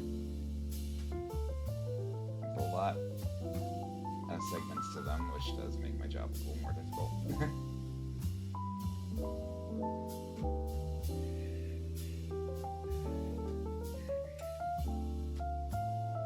They realized the old Space Marine armor was kind of showing its age and wanted to update it, so I understand that.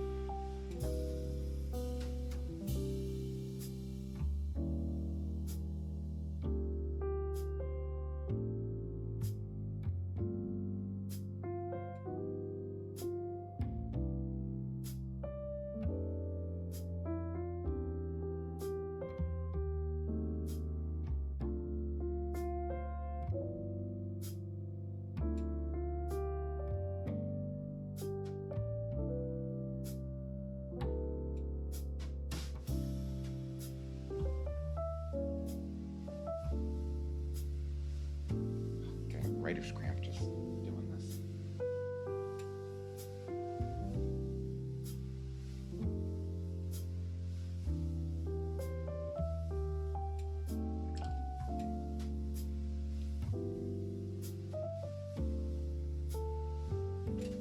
Thankfully, the Deathwatch team is only 5 guys. If I had to do an entire army like this all at once, oof.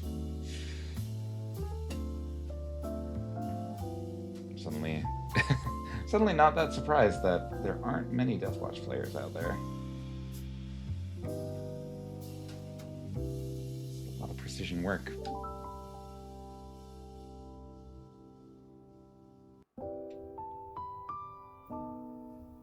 It's actually really surprising how quickly my hand's cramping up.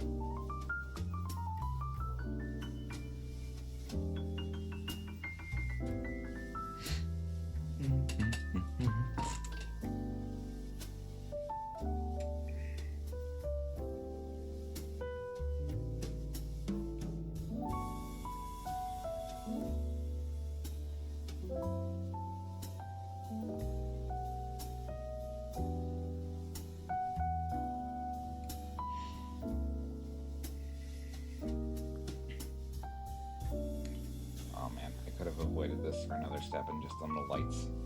Oh well. We're in it now.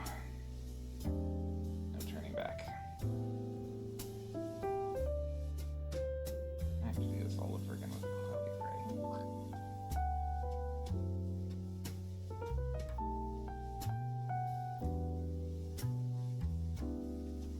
Okay, so I think that's it for the stormy gray on this guy.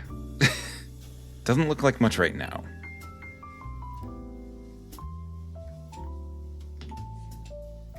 But hopefully once we add cloudy gray, it'll look a little better. Again, the highlighting of black like this is not something I'm used to, but I'm doing my best. We got 4 more guys to go. Okay. Start at the bottom here.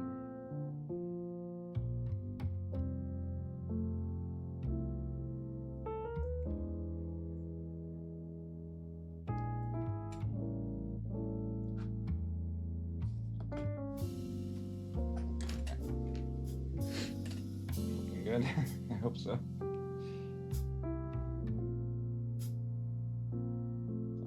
The camera zoomed in, so obviously these guys are,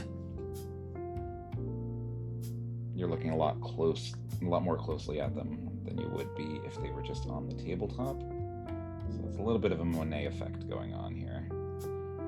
It might look a little messy up close, but then when you actually have them at the distance you're supposed to be looking at them from, it's actually looking okay.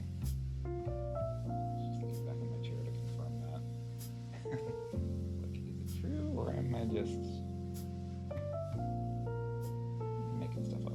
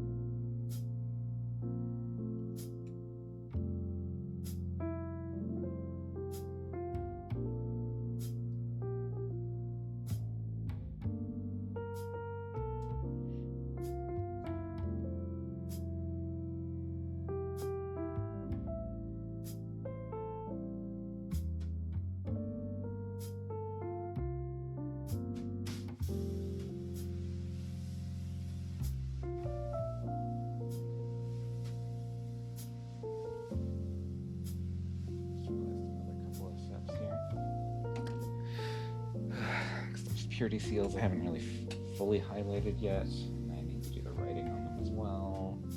The grenades that are on their belts, I have to do one more step with those, and I think I missed a couple along the way.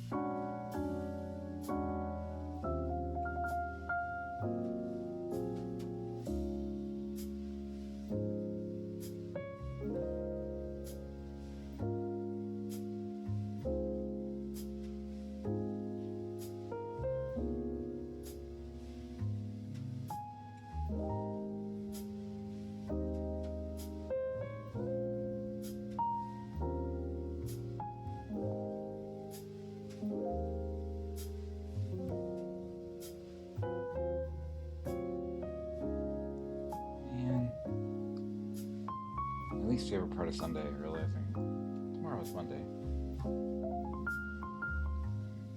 Back into the grind.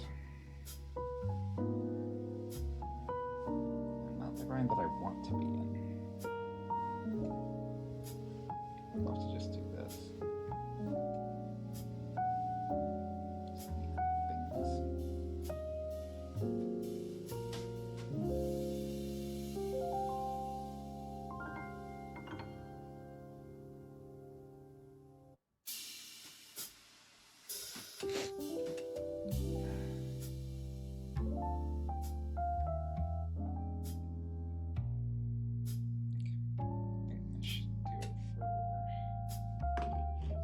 Him.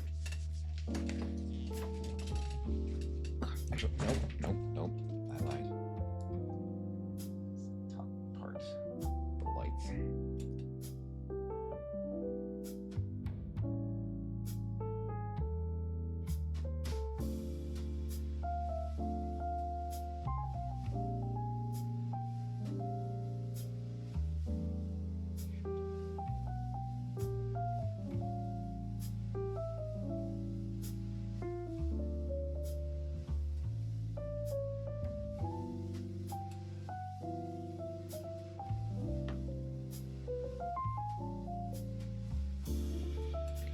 Now it's done.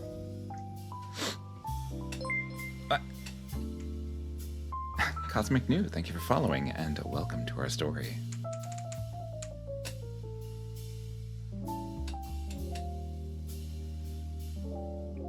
If you're just joining us, we're painting some Deathwatch for some kill team battle reports. Kept wanting to say bat reps, but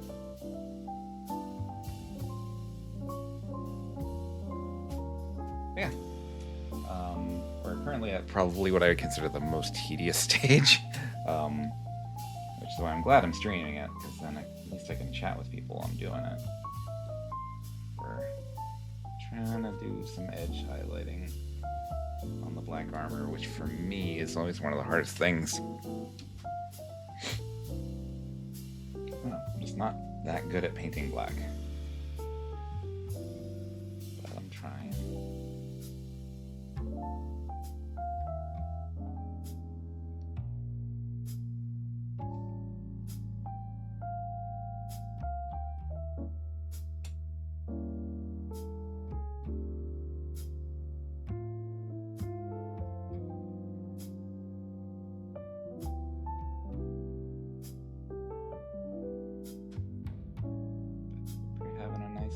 Sunday.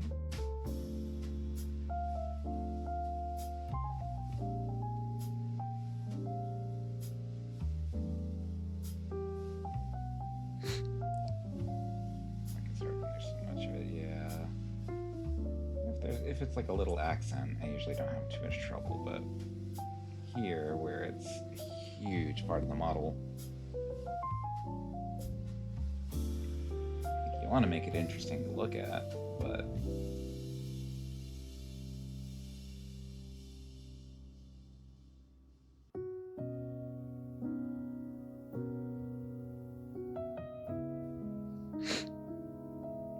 how many shades should I do? Yeah, I usually stick with 3.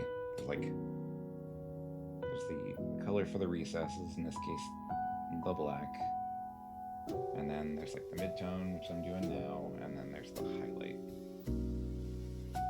Sometimes I'll get crazy and do 4, but usually I stick with the rule of 3.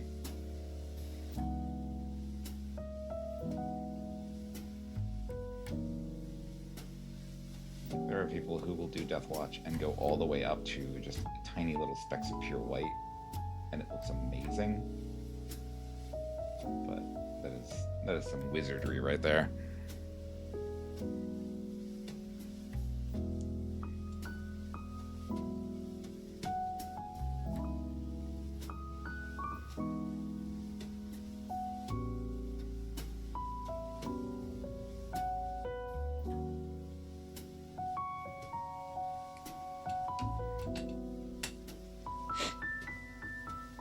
At least with these guys, one of the arms is in silver, so I don't have to worry about it.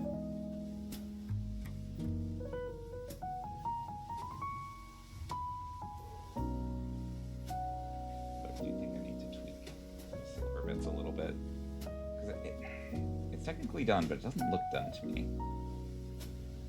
I don't know. I think I need some better shadows on it. So I'm probably going to hit the silver bits with another black wash just to deepen the shade a little bit. That'll be a touch-up step for later.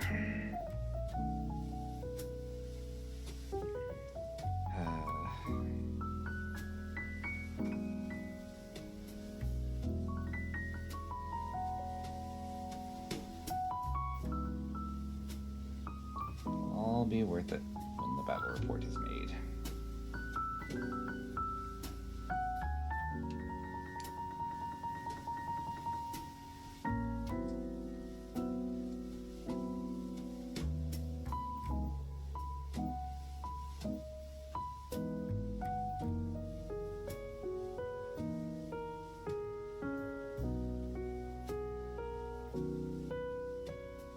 Deathwatch aren't even in the first bat rep. Technically, I should be moving on to terrain, but I just want to have all 4 teams ready. So I can just focus on the terrain and not have to worry about it.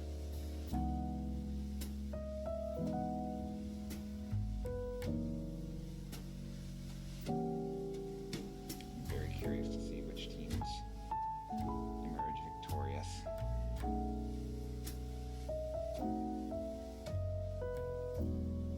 Taking all bets.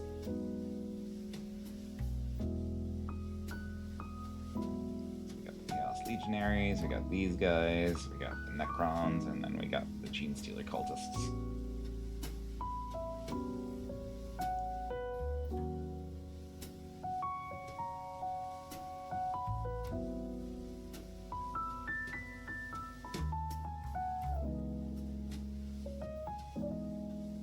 I don't know. It's anybody's game.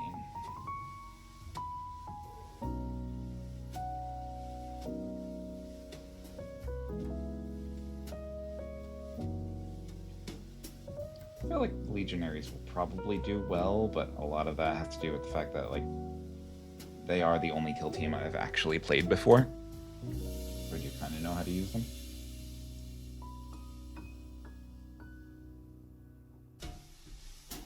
But I don't know, because in regular 40k, I do play the Gene Stealer cult as an army. So maybe I'm decent with them.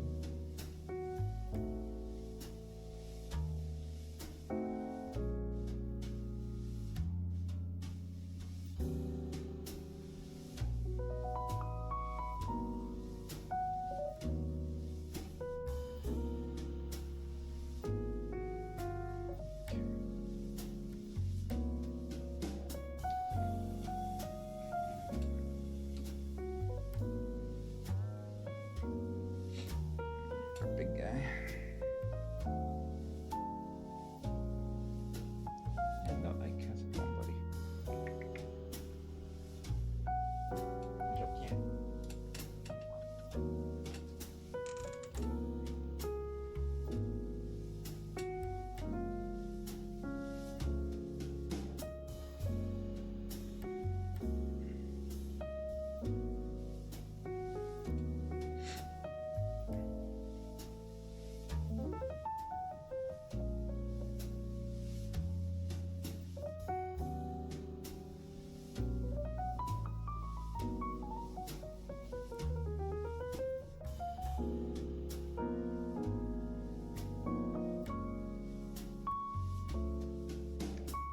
Gravis backpacks are such a pain to clean when I'm assembling them.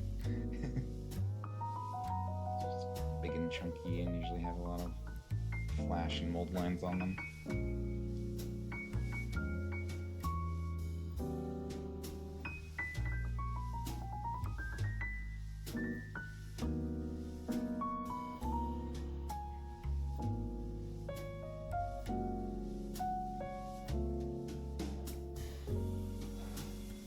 Oh.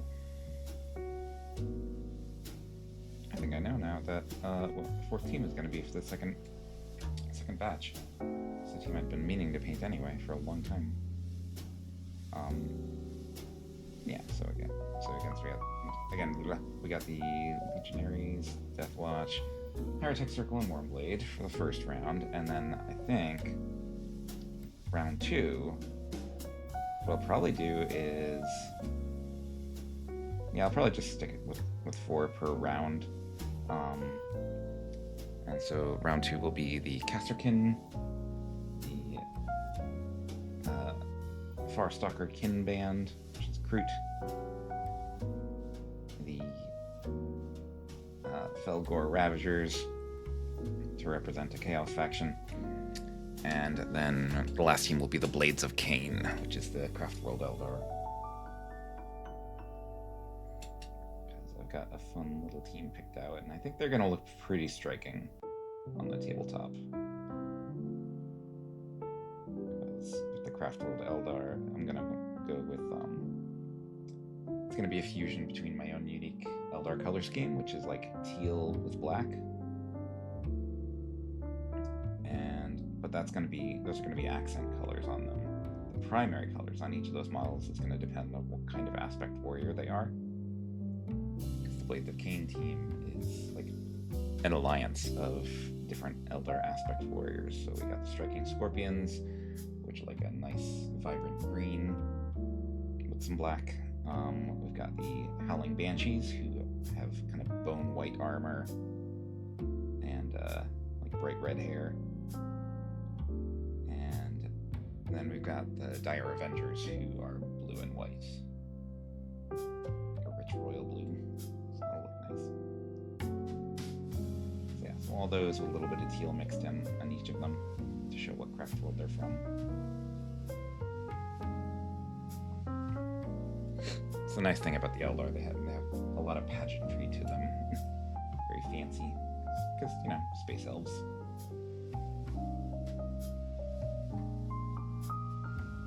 I am sad that they don't use all aspect warriors, because I would love to throw in some warp spiders or fire dragons or dark reapers. They each have really fun little color schemes.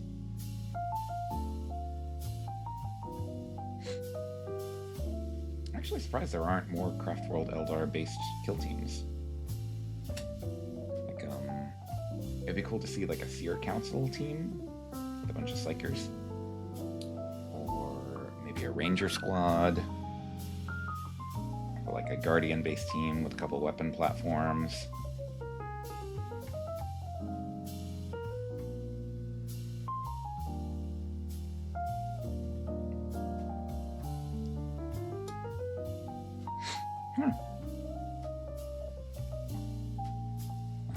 On the Dark Eldar side of things, it would be cool to see like a homunculus-focused kill team. A bunch of racks. Some horrific flesh-crafted monstrosities. What would be really cool too is if like they released a special rack kill team where there were little features on them to show that they were once, you know, various races. Maybe some humans, some Tau, some other Eldar, maybe some orc racks. That'd be cool. Just like various unfortunates that the Dark Eldar captured.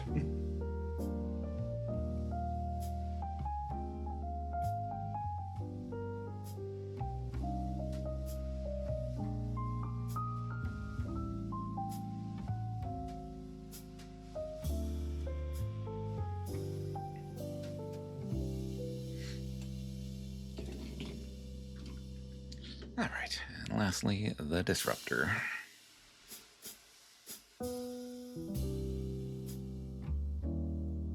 Yeah, that's kind of what I like about Kill Team, is that, like, it backs up from the large-scale stuff of 40k and really focuses in on a single squad, just giving them a lot of personality.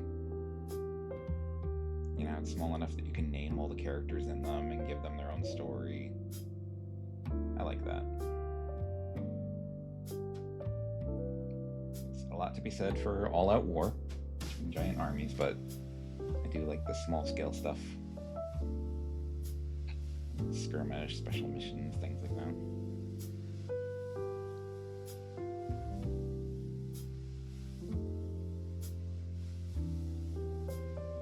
I have a lot of ideas for kill teams that I'd love to see.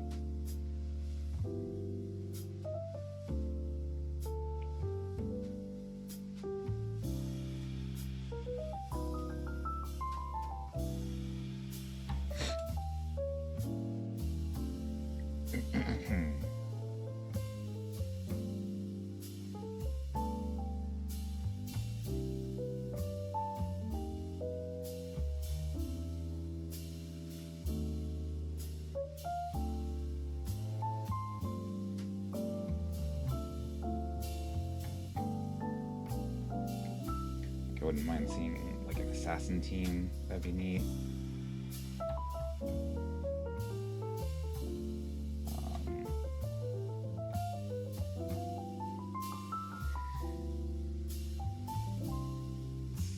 We still don't have any Chaos Demon teams. That surprised me. There's a fair few Chaos Space Marine based ones. And there's like a cultist team, a few cultist based teams actually. But no actual demon teams. Untapped market there.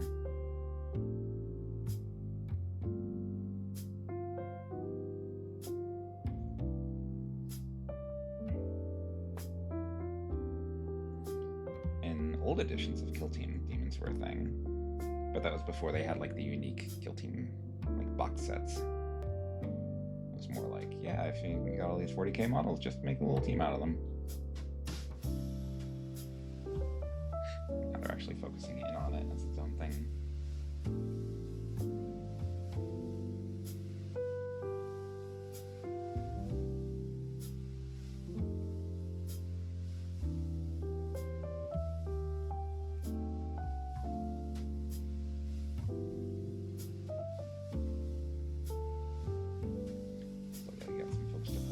Tabletop sim.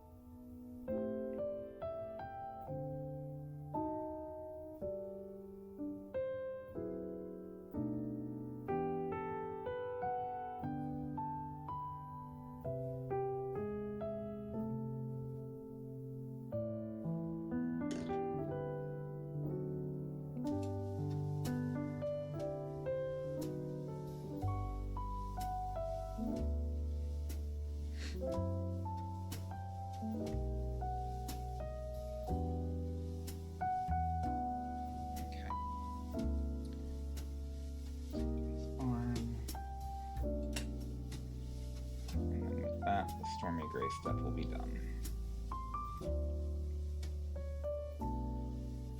Like I got a little sloppy with it here and there, but hopefully it won't look too bad. Okay. So now that that step's done, one, I'm gonna give my hand rest and get a drink.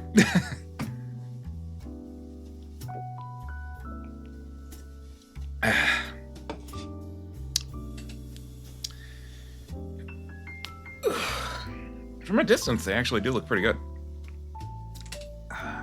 But are they good enough? So what I'm gonna do, make sure we're using a really tiny brush. And then we are gonna add some cloudy gray.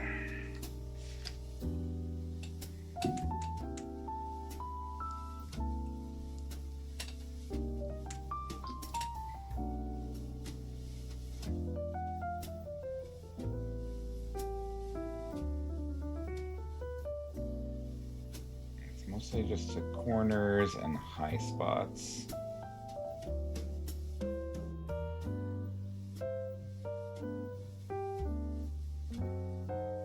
Spots where you really want the eye to be drawn. Not using nearly as much.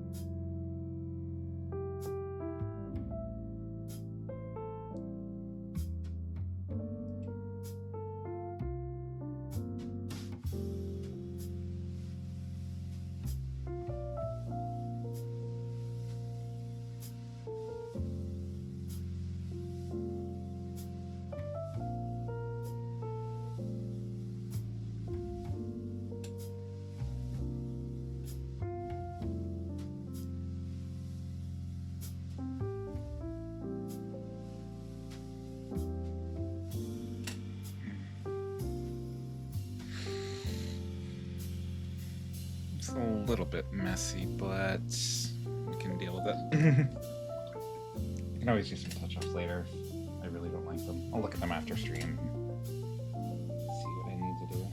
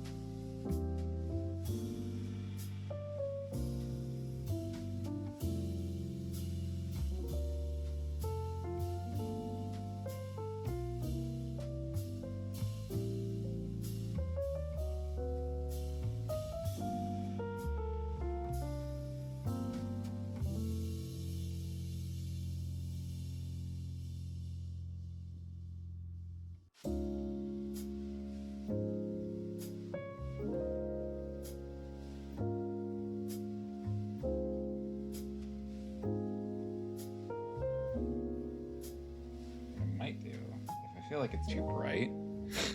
I can always hit it with a black wash.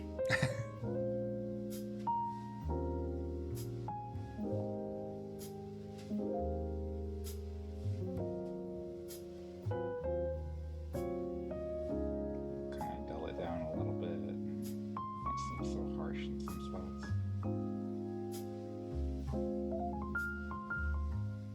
I don't know. There are some people who do really, really good with like stark highlights. For me, they always just come off looking awkward when I try to do them, so what I might do that wash just to make the transition a little more subtle. I find that with gradual color transitions, I tend to like the results a lot more.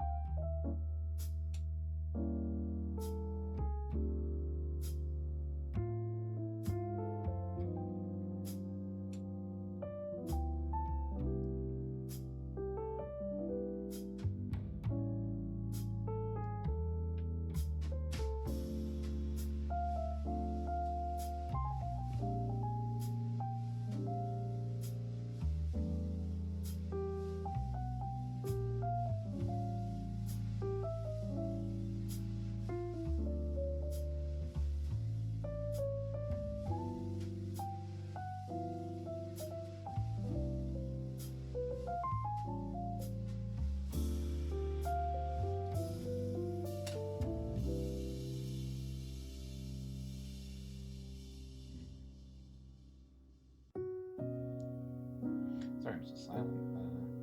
Just a lot of concentration on this step.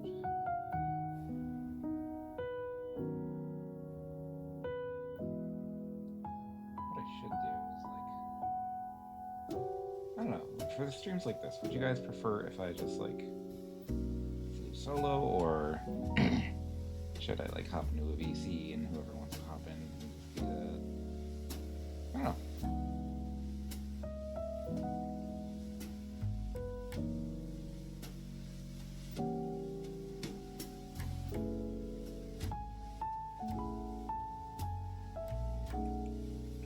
Sometimes I worry I don't talk enough.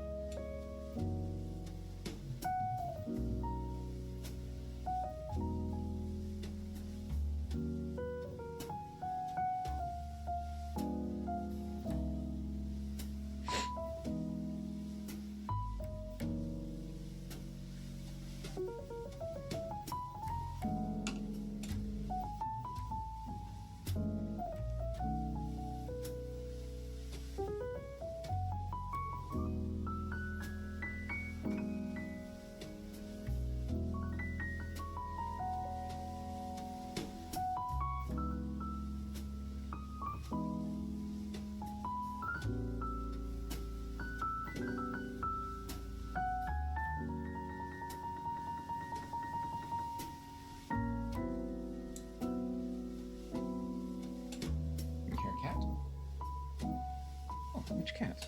Three of them are here, but they are asleep.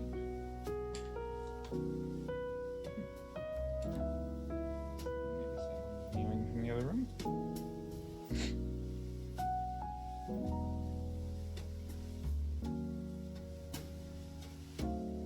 They didn't hear I had my headphones on. It would not surprise me. Does very much like only wanting attention when I'm in the middle of a stream. She's quite content to ignore any affection I try to give her outside of that, but then the second I start to stream, she's like, never mind, I want the attention now. She is a stinky brat.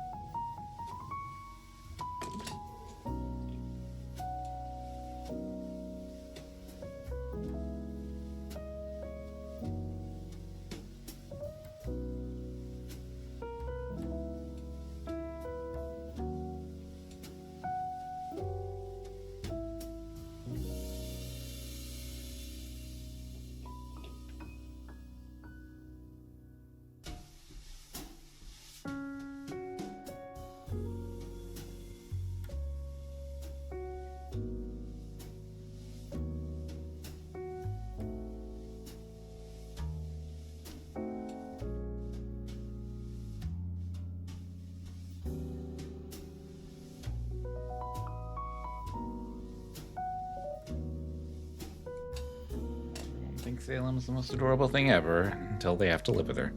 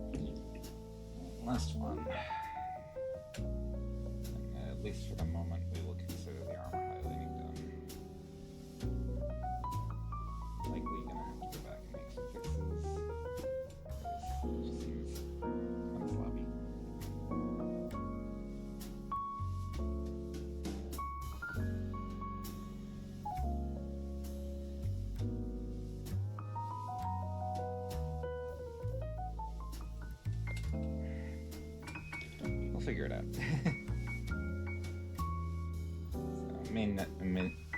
It may just need like some line corrections and things to make the lines look neater.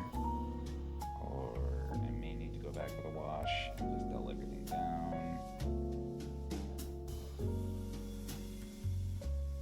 Don't know. I'll give them a closer look after this and see what they need. Other than, a better painter.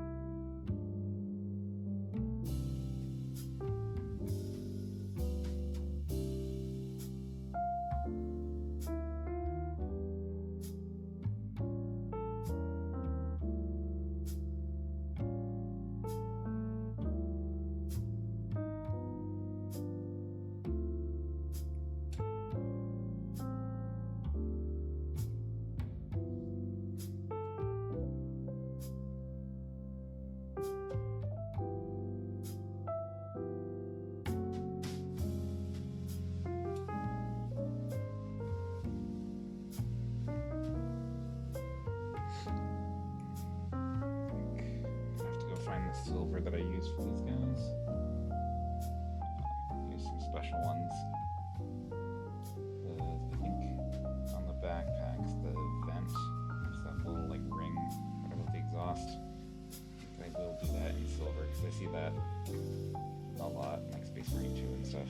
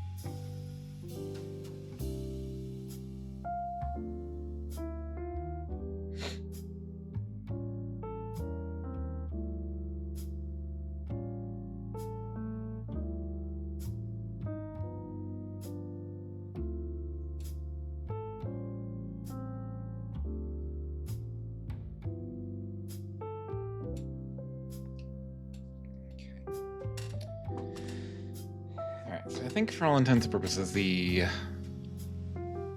armor highlighting, at least for now, is done.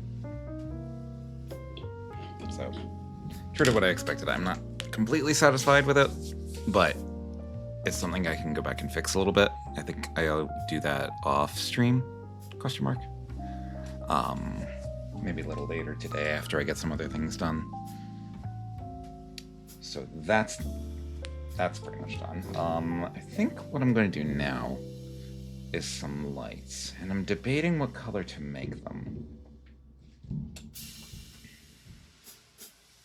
I was thinking of using this neon yellow that I have.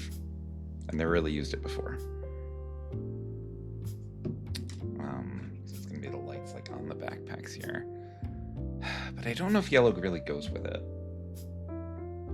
I was also thinking maybe like an orangey red. It's really bright. But I don't have...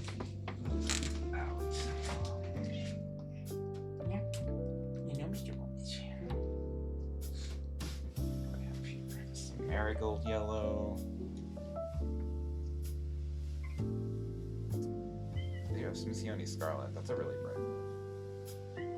Oh, hello, Salem. Hi. Can I help you? Nice bright orange that I can find.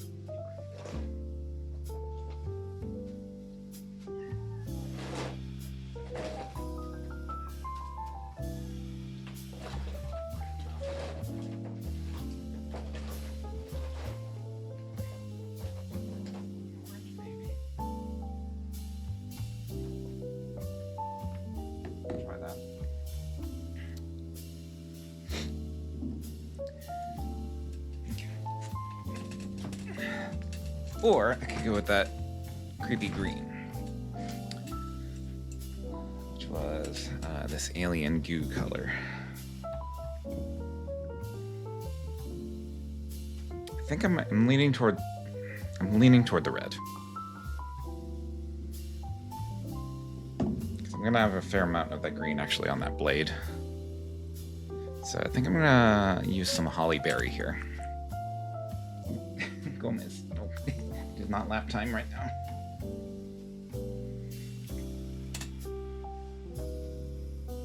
Gomez, please don't headbutt my hand. I need to do precision work. Gomez. Why do you want to cuddle me against my will?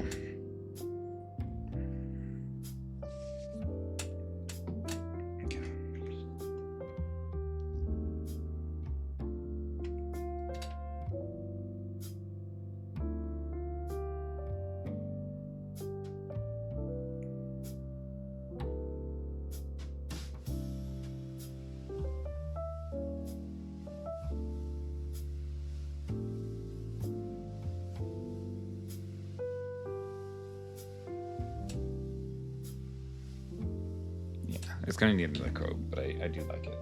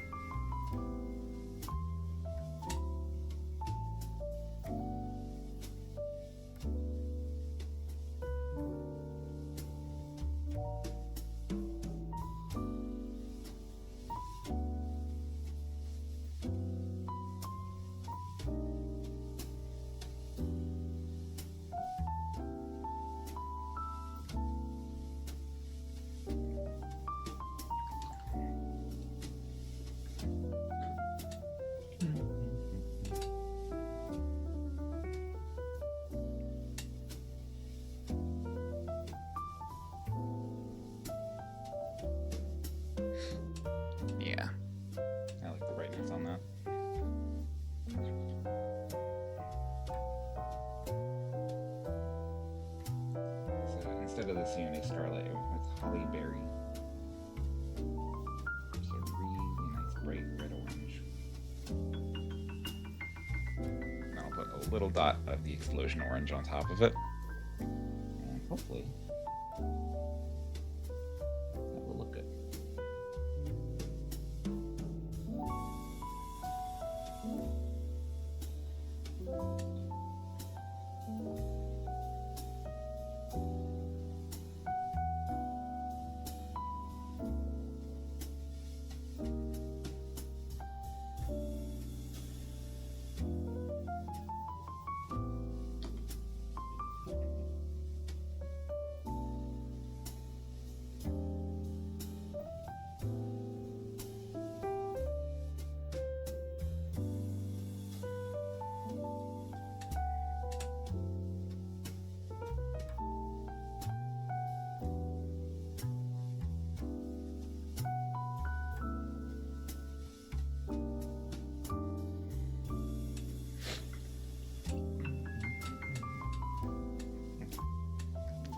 Explosion orange.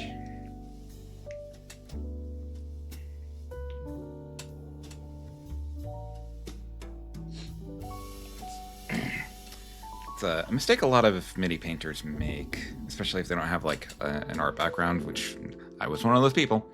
So I've made this mistake myself, and that is when you are highlighting red, it is different than if you are highlighting with other colors. Like a lot of colors like blue or black or whatever. You might think, oh, to highlight, if I don't have a highlight color, I should just add white, right? Add white to the existing color and then highlight with that. That's not quite how it works. Not with red. Because red and white makes pink. So I imagine a lot of like beginner Blood Angels players fall into that trap where suddenly they have pink angel boys.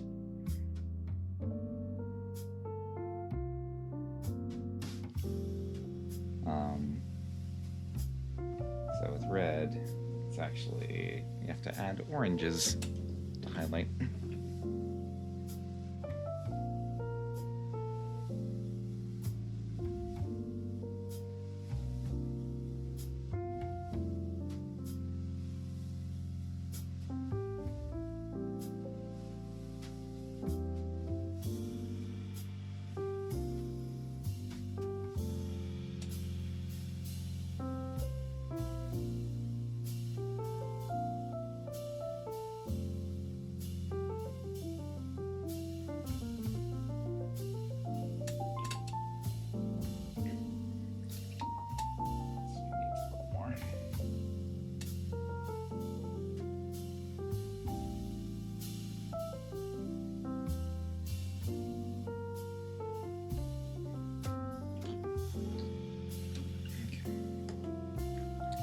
That should do for the lights.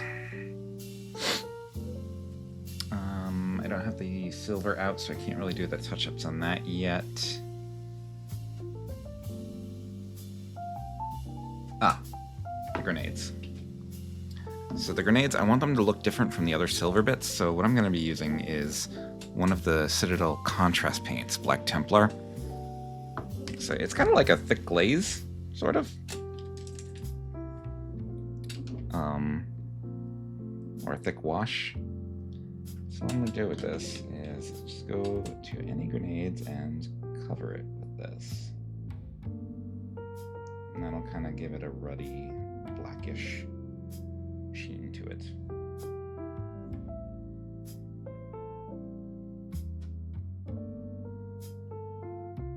It'll kind of differentiate it from any other metal bits that we see. So when it dries, it'll look really nice.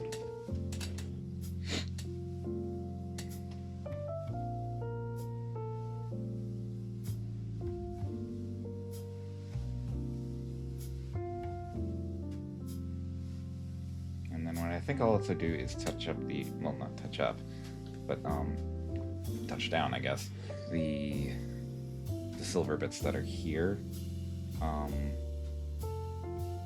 by hitting it with a black wash, especially in the recessed areas. To kind of make some more of that detail pop, because I feel like when I dry brushed earlier, it didn't look super great. I think I didn't wipe off quite enough paint, so.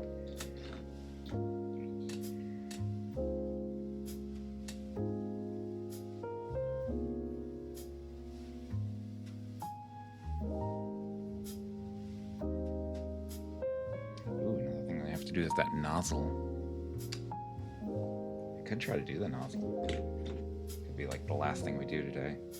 Do I have all I think I have everything I need for it, actually.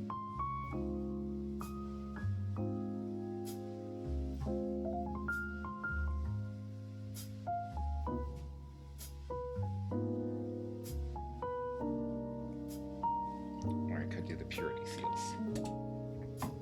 I could do both, actually, now that I'm thinking of it. Because the nozzle thing that I'm going to be doing, in fact, I'm going to start right now. It has to be done in steps, and you kind of have to let the wash dry a bit in between. So what I'm going to do with the nozzle, whenever you look at something that's like scorched, like any sort of torch or anything like that, it's got like a color gradient going along it. So what we're doing, we're taking some sepia,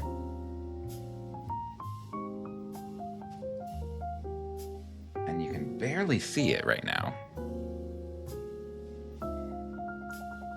And that's okay, it's kind of what we're going for.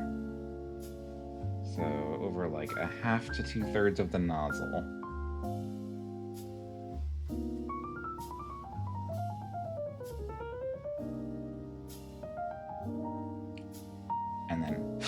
And then we leave it for a little while. Let it dry a bit. In the meantime, I'm going to be touching up all the purity seals with some aged bone.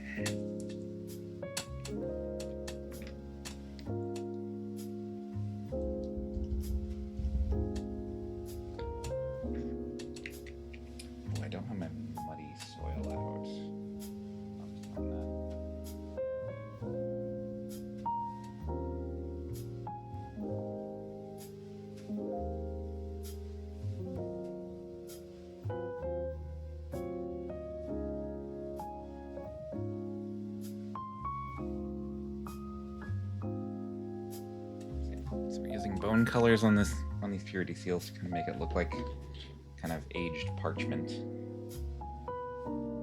Do you have purity seals? You do not. But you also do not. Hey, White Scar does.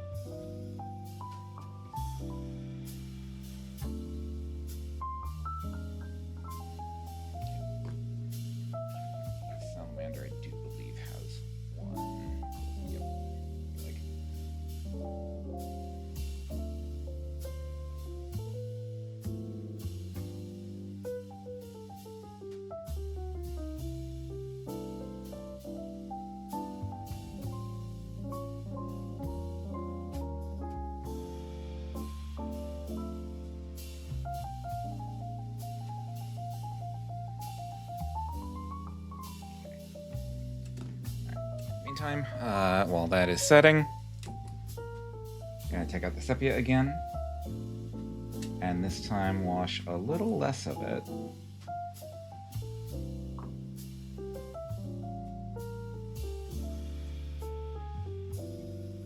Just a little bit over what we already did.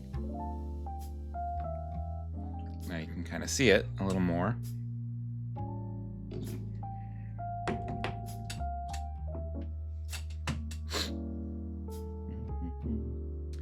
In the meantime, we're going to give the purity seals a highlight of polished bone.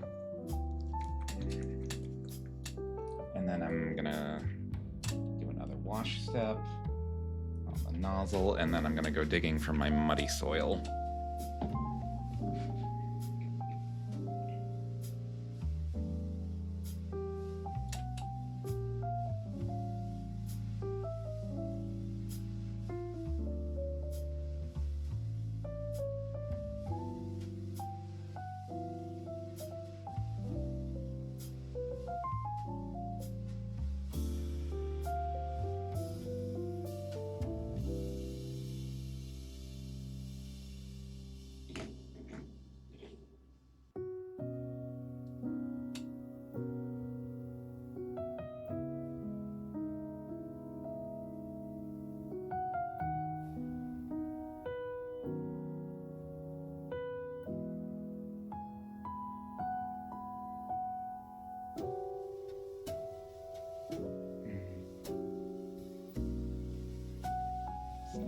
I don't think the event that triggers the new assets will happen today. That's okay.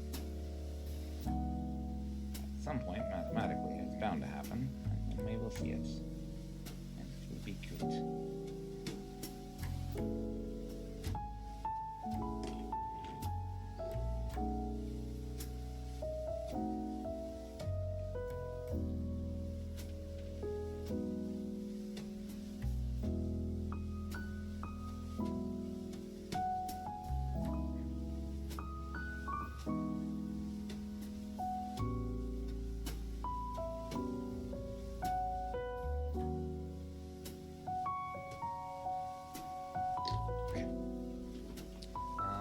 I think we'll do one more sepia.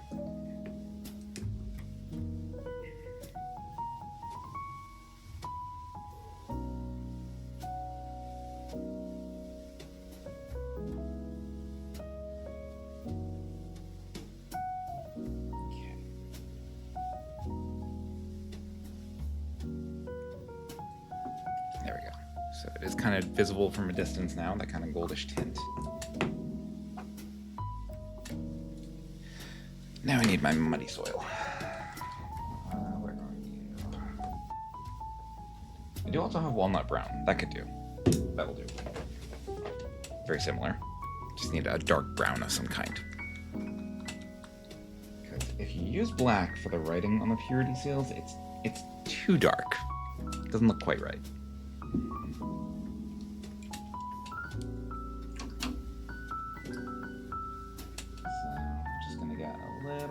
Walnut brown on the tip of the brush.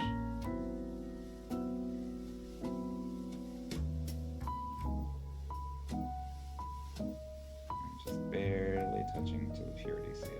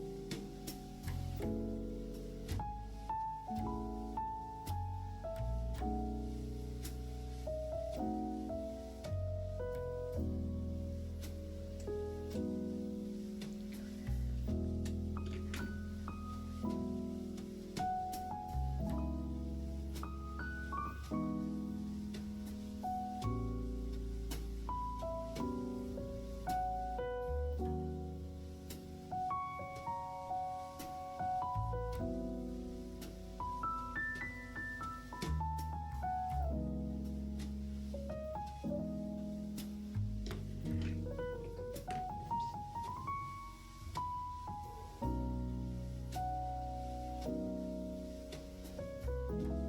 is kind of an awkward angle.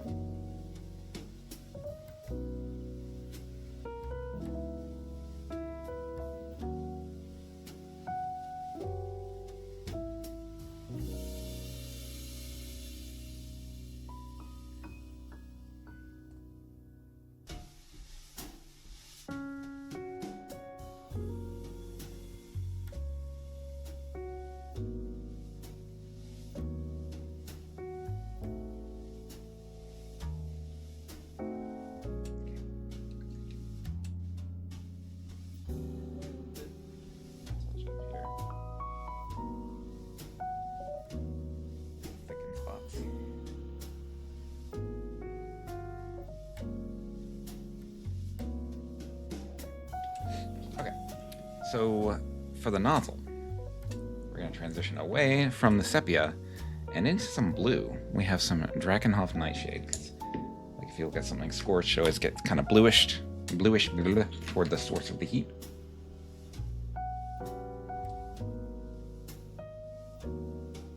And again, this is going on pretty thin.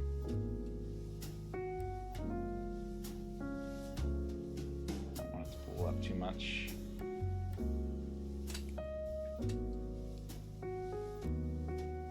To be subtle at first.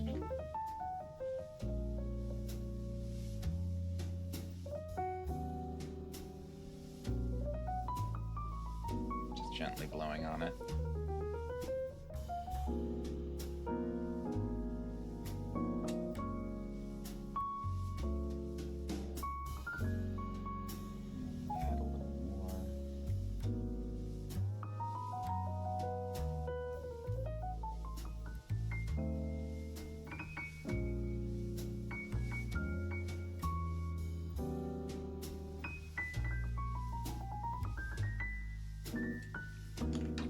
Leave it to dry for a little bit. Is there anything we can really do in the meantime?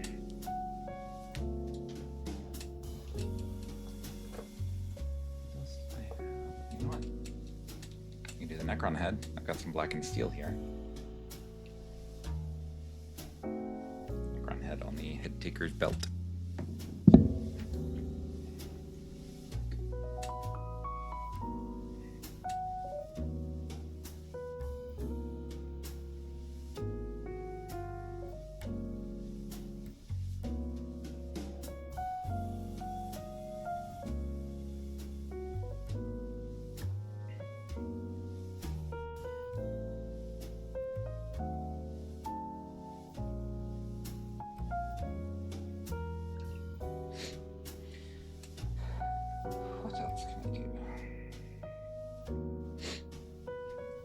Start adding some black wash to the shades in the silver parts.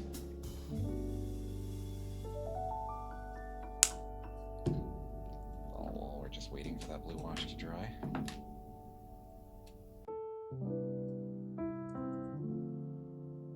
So, on the shoulder pad here. I'm gonna try and make that writing that's on the shoulder pad pop a little more.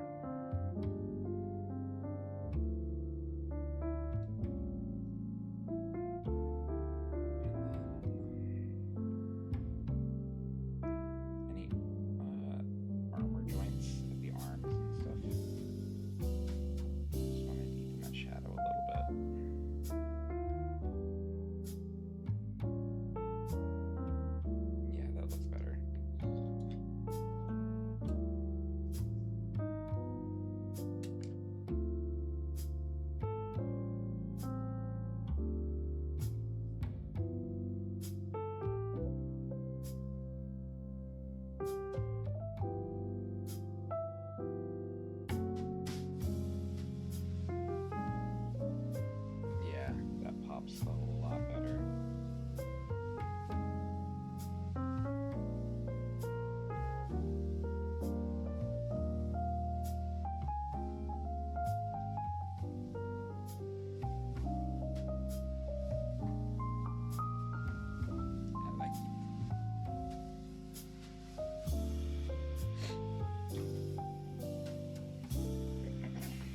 And actually, we'll wash them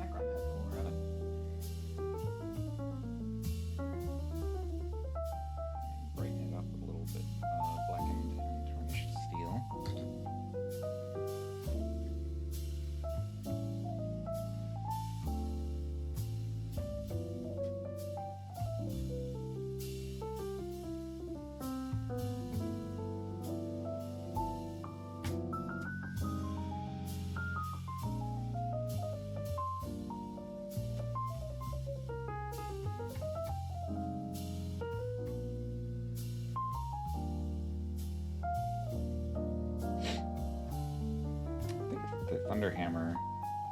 That cord, that cable, I might do in a bright blue just to make it look like it's glowing a little bit. I think I'm going to do that. Actually, these vents could use a little wash too.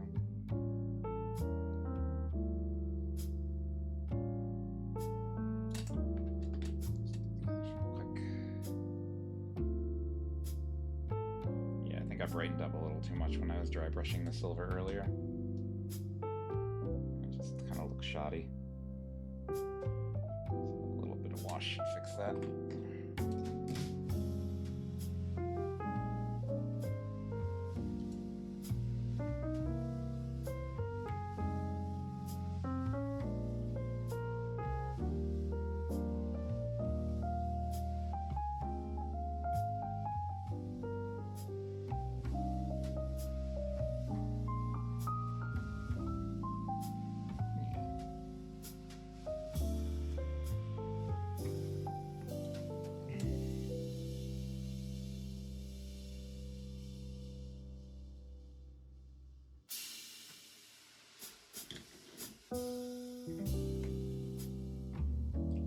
Oh, and I need to highlight the servo skull too. Jeez.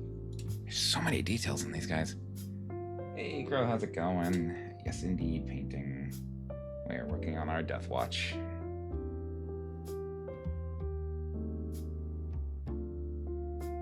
And they're coming along. Turned out to be a lot more steps to it than I anticipated, but that is okay. Makes them look extra fancy.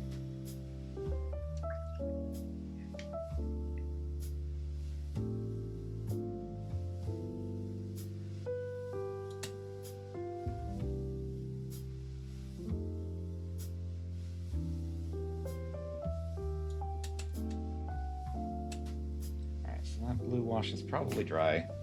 Got out a little more.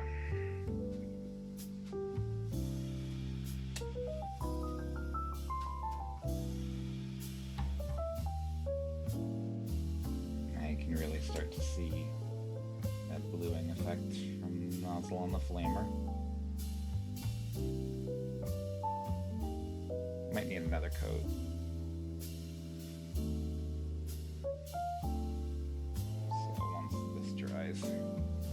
Throw in one more, and then there will be another step beyond that. Because it's not enough to go halfway on these guys.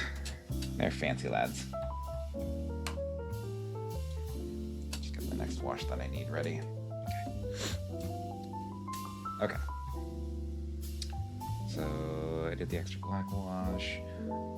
Thunderhammer cable. This could work. I have some LED blue here.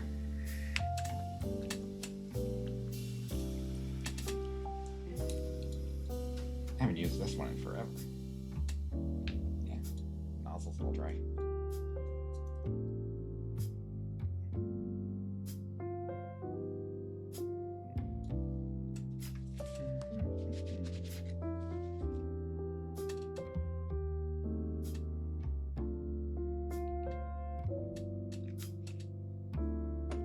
I don't think anyone else has weapons that would glow blue. Not in this part of the squad, anyway. There is a sergeant that I could have painted for the squad, but I opted not to use him. He has a power sword. So this LED blue will probably make a comeback when that happens. He's on the painting table.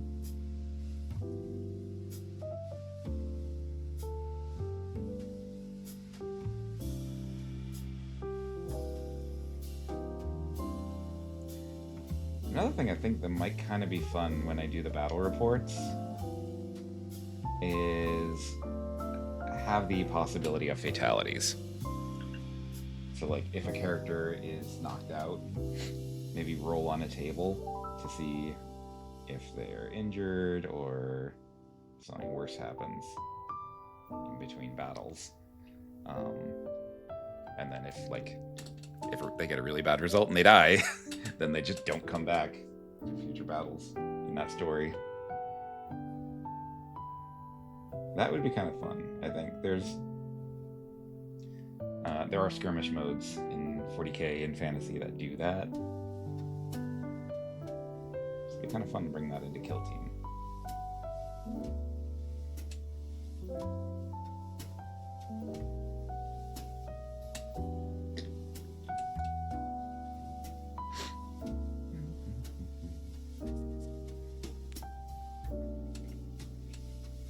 Still gotta think what I want to do with this cable here. Another thing I can do, just while I'm in this kind of miscellaneous stage, is the buckles on these leg straps. Just put a little black and silver on them, and then we'll call it a day on those. Don't need to go too crazy with them.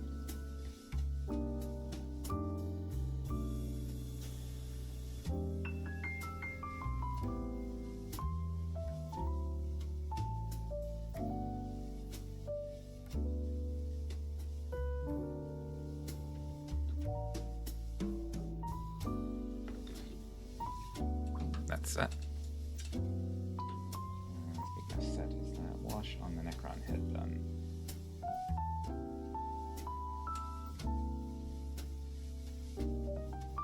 Done enough that I can highlight it.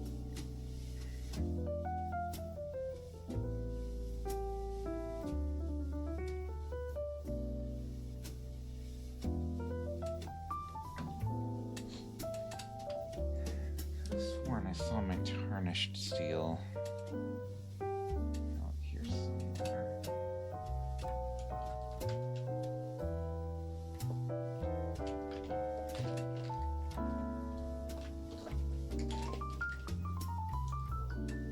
Ah, there it is.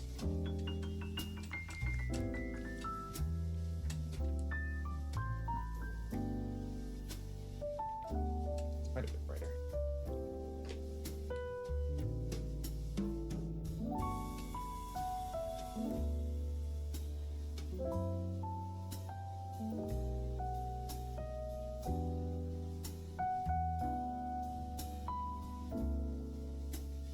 There we go.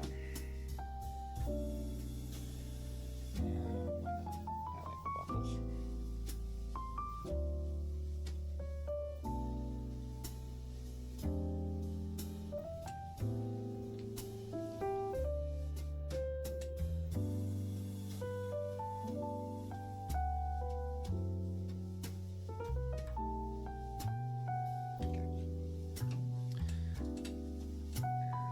I'm going to do a little research first on painting blades. I'm really not good at highlighting blades, I've discovered. So, I'm going to have to do some research with that.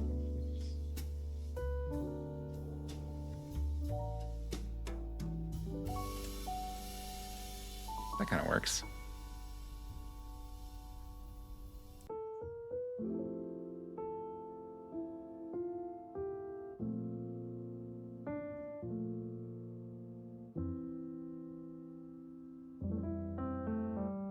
It works for now, I guess. But I've seen some people do amazing things, like with wet blending and using various metallics and stuff. It's really cool. Okay. So, it's not blue enough. I'm gonna add a little more blue.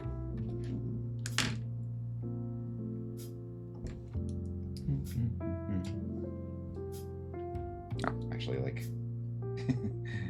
an hour beyond how long I had intended to paint today. But that is okay.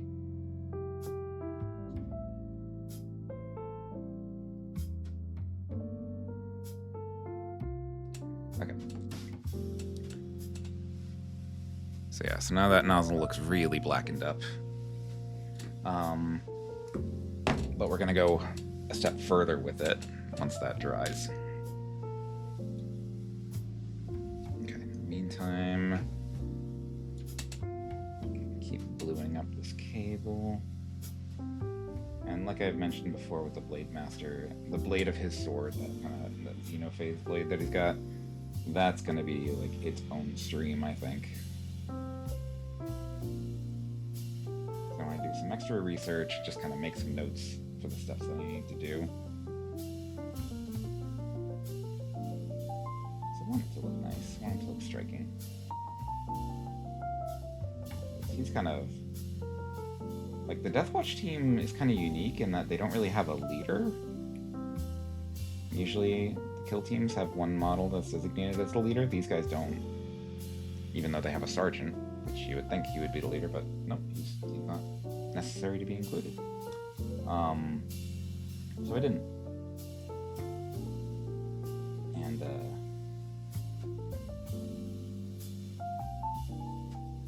where's it going with this?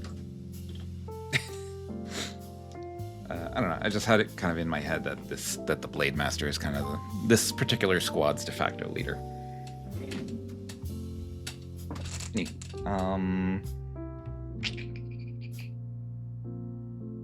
What's I gonna do? I was gonna do something. Oh, there's a lens on this guy's bolter that I could paint in something. Maybe some midnight blue. That might look nice. Use a little bit of midnight blue to paint the lens on that scope. Very much the miscellaneous detail phase.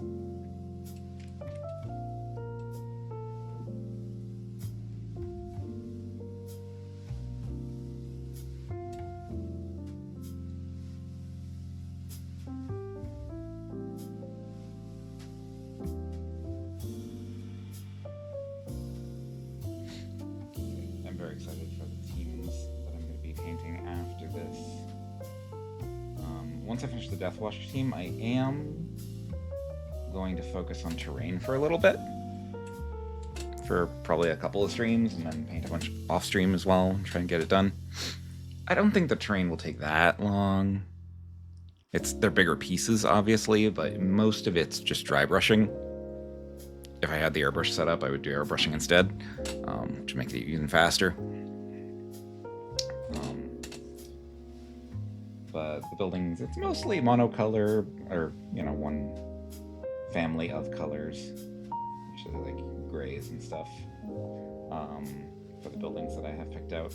But they do have some detail work that I'm going to be doing on them, so that will take a little time. I've also got a set of ruins picked out that look kind of, ancient, medieval, but I think that it still works in the 40k universe. I could just do that. It's actually a lot simpler, but I worry that it would look a little boring compared to other pieces, so I want to mix it up a little bit. And I built something yesterday that I'm very excited about. I built a Chaos Gate. So that's definitely going to make its way into some battle reports. I'm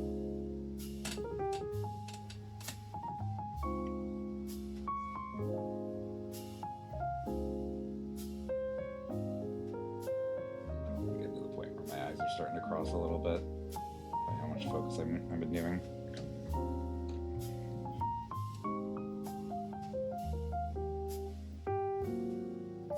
It's the last coat of the LED blue that I'm going to need.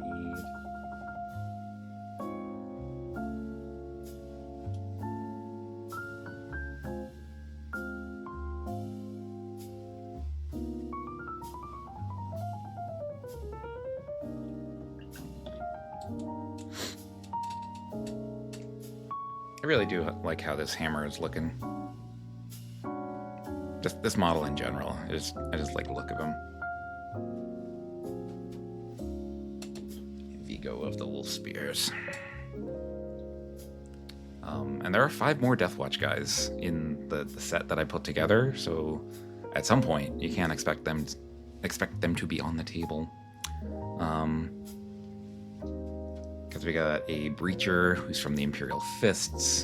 So he's got like this big old like siege gun kind of thing. It's basically just a giant bolter with grenades. There's a sniper that I believe is from the Raptors, which is a Raven Guard offshoot. There's a gunner from, I can't remember what chapter. But they got like a trident symbol. So So I gave him a plasma incinerator. And then there is also the Watch Sergeant, like I mentioned. I think he's from one of the Dark Angels successor chapters, I think. And then there's the Aegis, who has like a mace and a shield. And I think he is from the Dark Angels.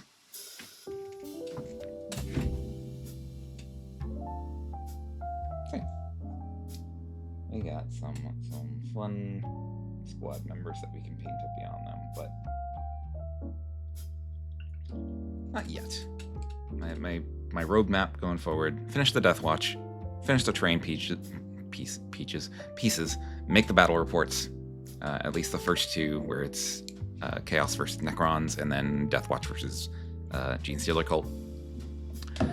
And then from there, we are painting the Kasrkin, we are painting the Felgor Ravagers, we are painting the Farstalker Kinband, the Kroot. Peaches Otissia, they do be. And then we're painting the Eldar, the Blades of Cain. So we got some really cool new teams that are going to be making their way to the tabletop soon. I'm excited. So we did the Midnight Blue. Now we're add a little bit of Twilight to that lens.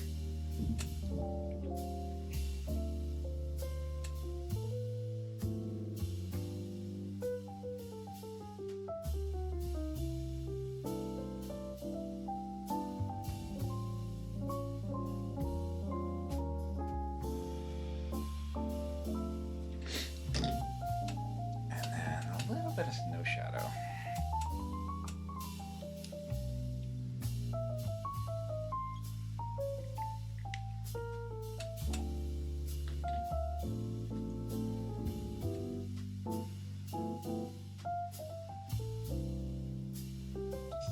Bottom.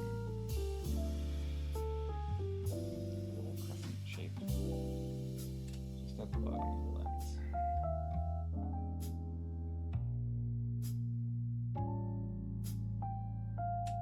And to really make that lens pop, I'm gonna add a little dot of pure white to the. So the highlight is at the bottom right, so we're going to the top left.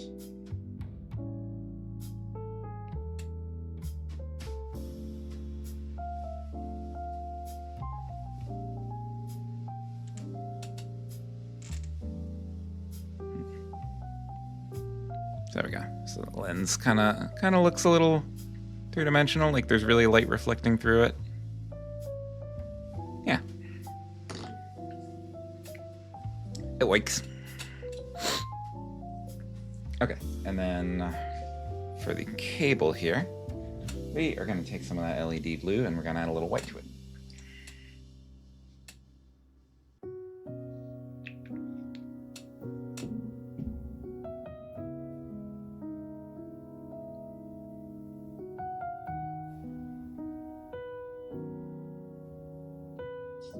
Together.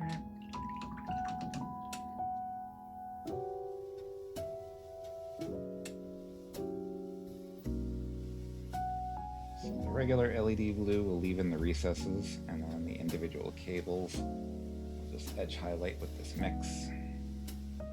Make them pop a little bit.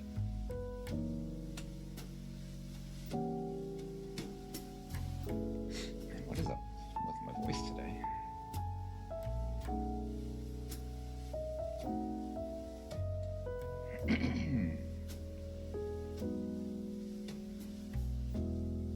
Hope I'm not getting sick. That would be unfortunate.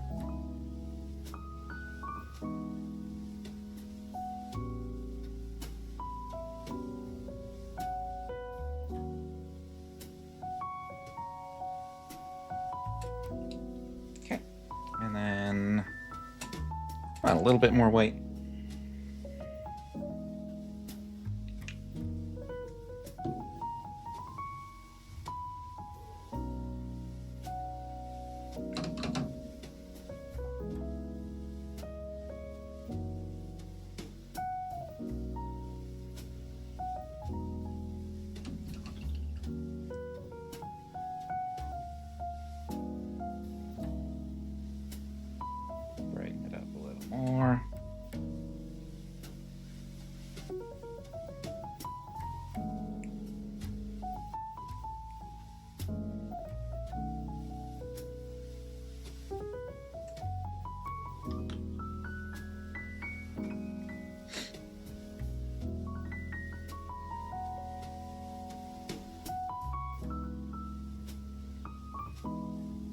And then finally some pure white.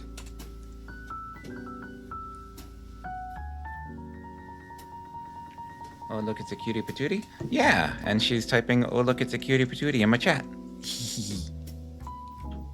How's it going, Shay?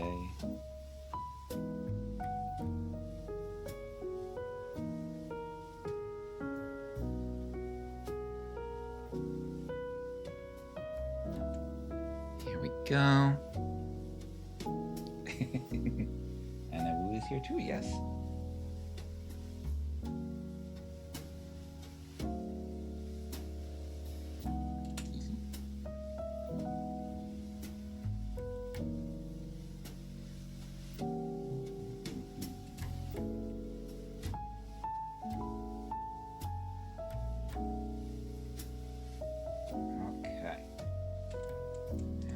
Go. That cable is looking all kinds of fancy. If the camera wants to focus. Camera, please. You're killing me over here.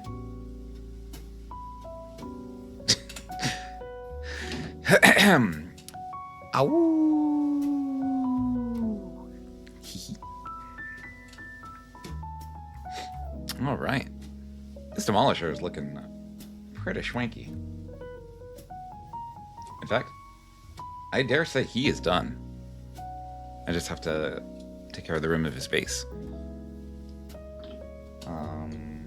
This disruptor, I would say, is done as well. Question mark? Maybe do what I did. The edge of his knife on the head taker knives. Just brighten that a little bit. And he should be done. The head taker, like I mentioned, he is looking fairly done. I might just brighten up some of his equipment in the back here. Like his grapple hook. I'm very curious to see how he performs on the table.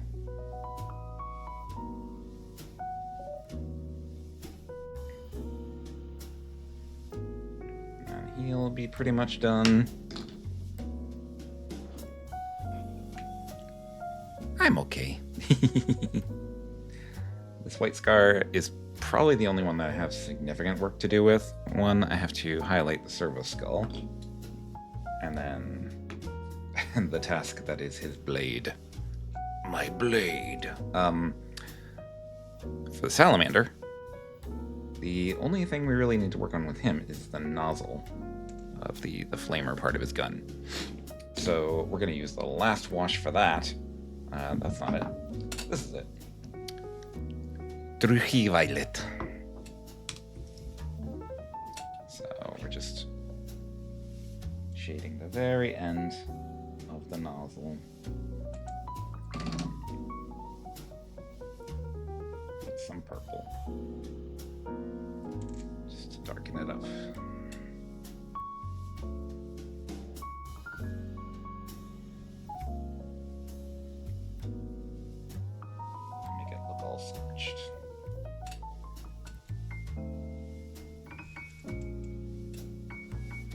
Yeah, I like it. The only other thing we're gonna bother doing with him is there's the kind of like igniter part of the flamer.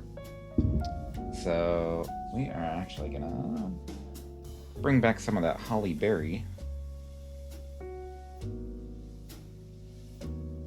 Just make it look like there's a little ember, a little spark ready to light it up. And then we'll brighten that in a second.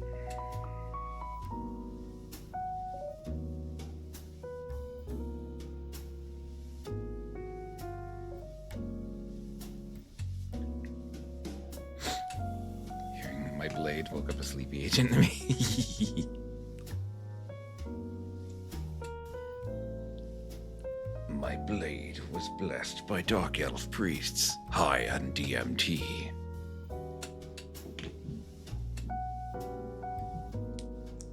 And then, just to highlight it, because it's such a small area, we're going to forego the orange and go straight to some marigold yellow.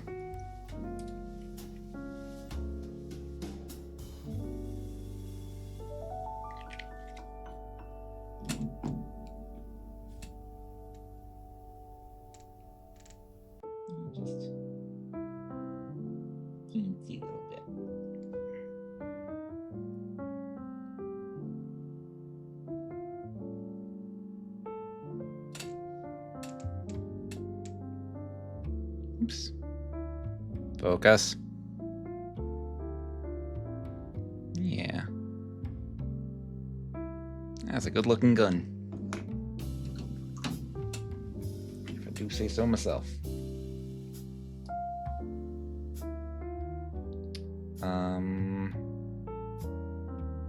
That cable though. I don't like leaving that cable in black. And I'm not sure what I want to do with it. Red, maybe? My blade smells like lilacs. So let's see. Yeah, maybe some red. Not like a glaring red, but some Asmodeus red might do the trick.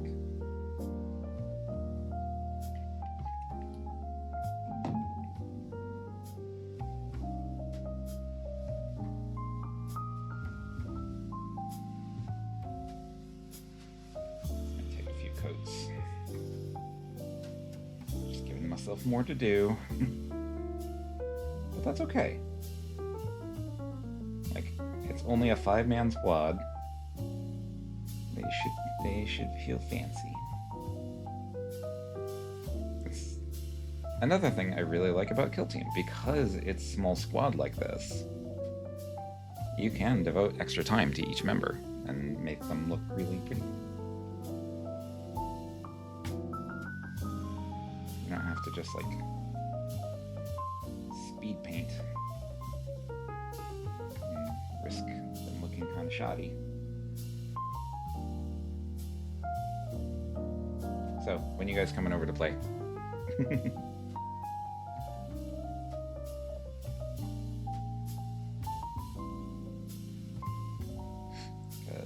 chances are, by the time I'm actually able to host people,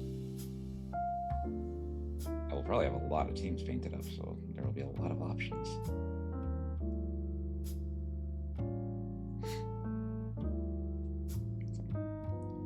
Also, I did post a poll on my Discord, so I did get a few votes to kind of determine what the next kill teams are going to be.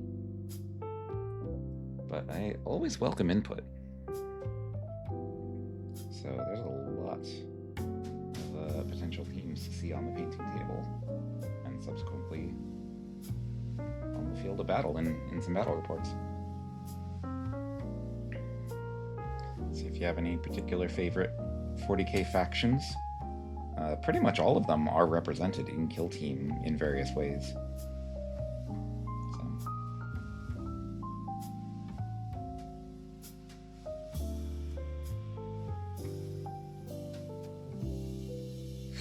One thing I would really like to do, that I think would be kind of fun, if I can find models to represent all of them.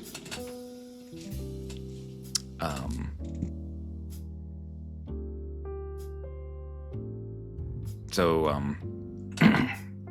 one thing I did is I've gotten models for all of them, and I'm going to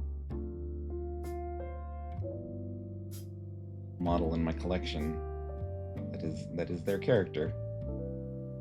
I actually got really lucky with one of them, because Maya's character, there's a model in the Inquisitorial Agents Kill Team that looks very much like what she describes. So I'm just going to paint it up in her character's colors as part of the squad. And then with Teeny's character, I found a Lady Tech Priest model that looks really boss. I found a person on Etsy who makes a really cool like sci-fi sniper that I thought would be perfect for Vi's character. And then for Crows, I am kit bashing a couple of Imperial Guard kits to make a guardsman with 2 chainswords.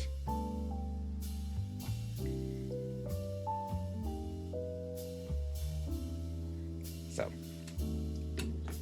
and I found a crazy like alien dog that looks like the Venom symbiote. Got a pupper. Oop.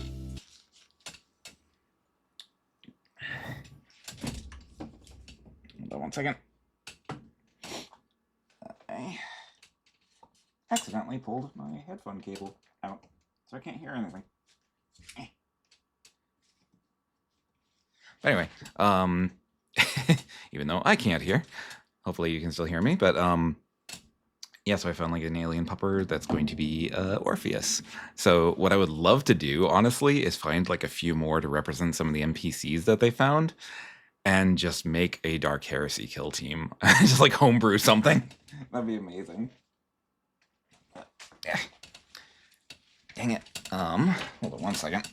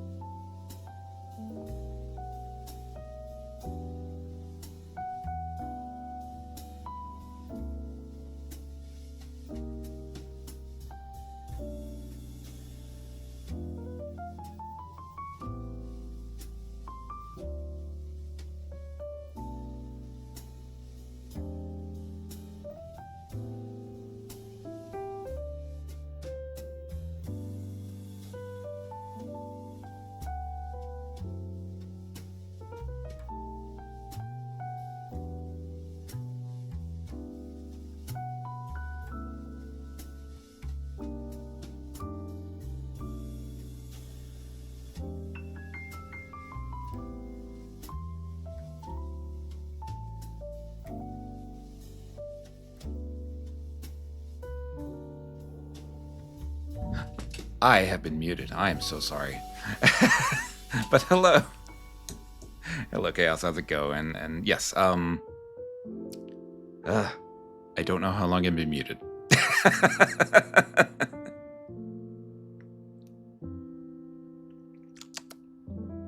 Oh well. Onward.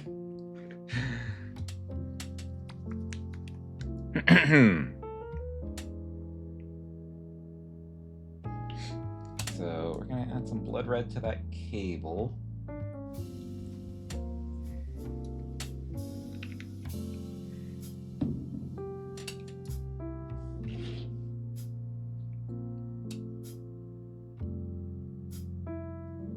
I think what we'll do with it is we'll kind of let it go on thin and just layer it up and then have it kind of be its own highlight. That way it's not the same really bright red as the gun casing. So it'll still look nice, but it's not gonna like catch the eye as much as the gun itself.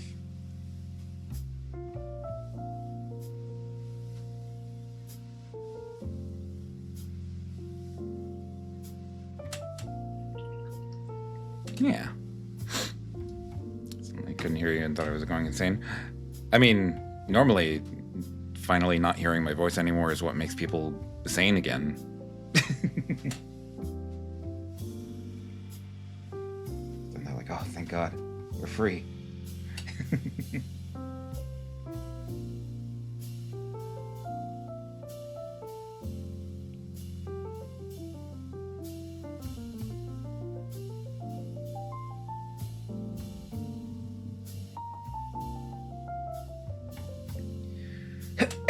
Excuse me.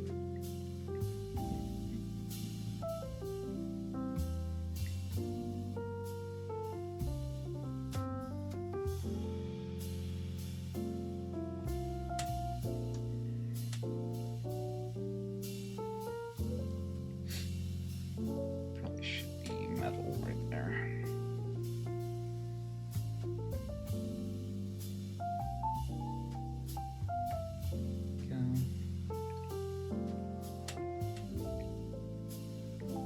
I know better? No.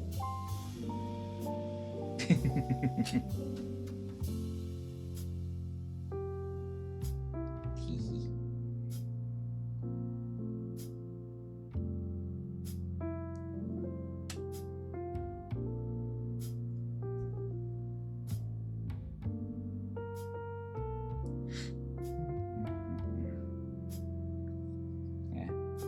Nah, my voice is okay. It's a little rough today.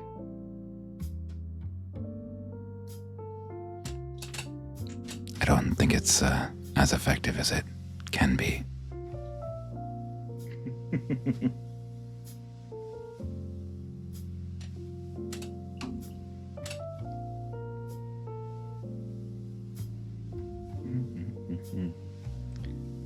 All right, he's looking pretty decent.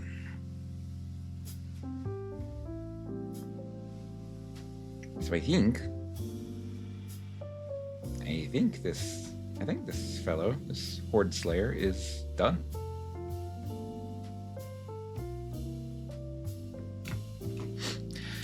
Which means, with the exception of the Blade Master, specifically the Blade, the squad is pretty much ready to go. See, you heard my voice and you went insane. I rest my case.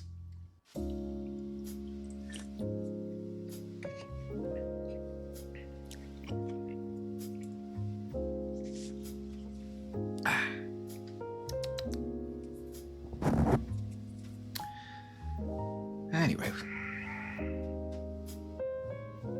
Yeah, I gotta think how I want to do this sword. Like, part of me wants to attempt it right now and just say heck with it. Let's do heck it, we ball.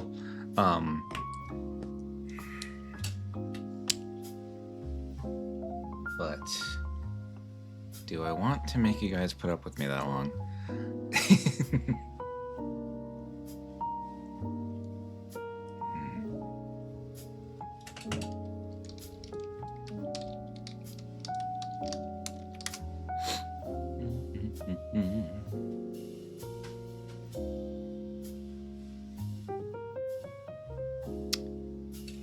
because this requires some heckin' technique.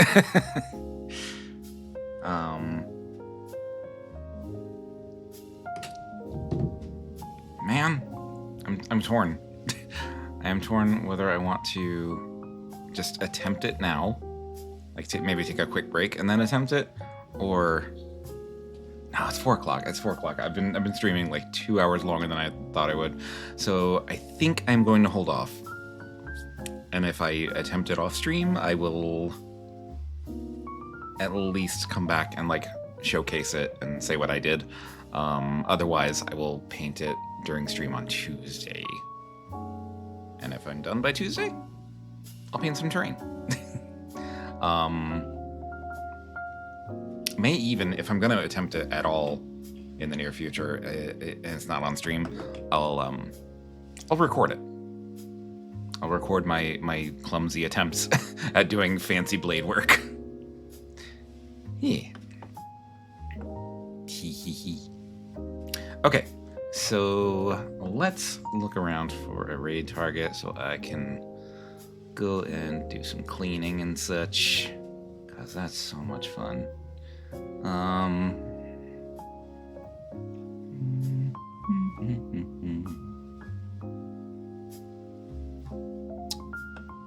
What is this? Looking around for raid victims. Thanks for streaming. Oh, you're welcome. Yeah, we got a lot done today.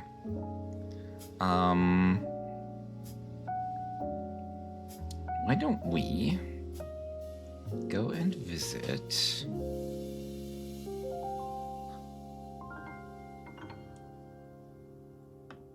this one? Let's see how long they've been streaming. They've been on for about 2 hours. Okay, yeah, let's do it. We'll go visit Cece. So, ba-boom. That is our raid message. Oh, and my music went out. That's the universe's way of telling me that it's about time. Yeah. Oh my God. Yes. An almost 4-hour mix. So yeah. All right. So we'll deliver that raid to my good friend Cece. Just get the name spelled properly. Where did my chat go? Chat window, where are you? There you are. Okay. I'm all over the place. ADHD? Me? Never. Okay. So, off we go. So, yeah, I will be back on Tuesday with some more painting. And then don't miss some Crooked Moon on Wednesday over on Teeny's channel. And then on Friday, more painting. Yeah, it's a big painting week. I'm trying to get a lot of projects done. So look forward to that. In the meantime, be good out there. Be kind. And I will see you in the next chapter. Bye-bye.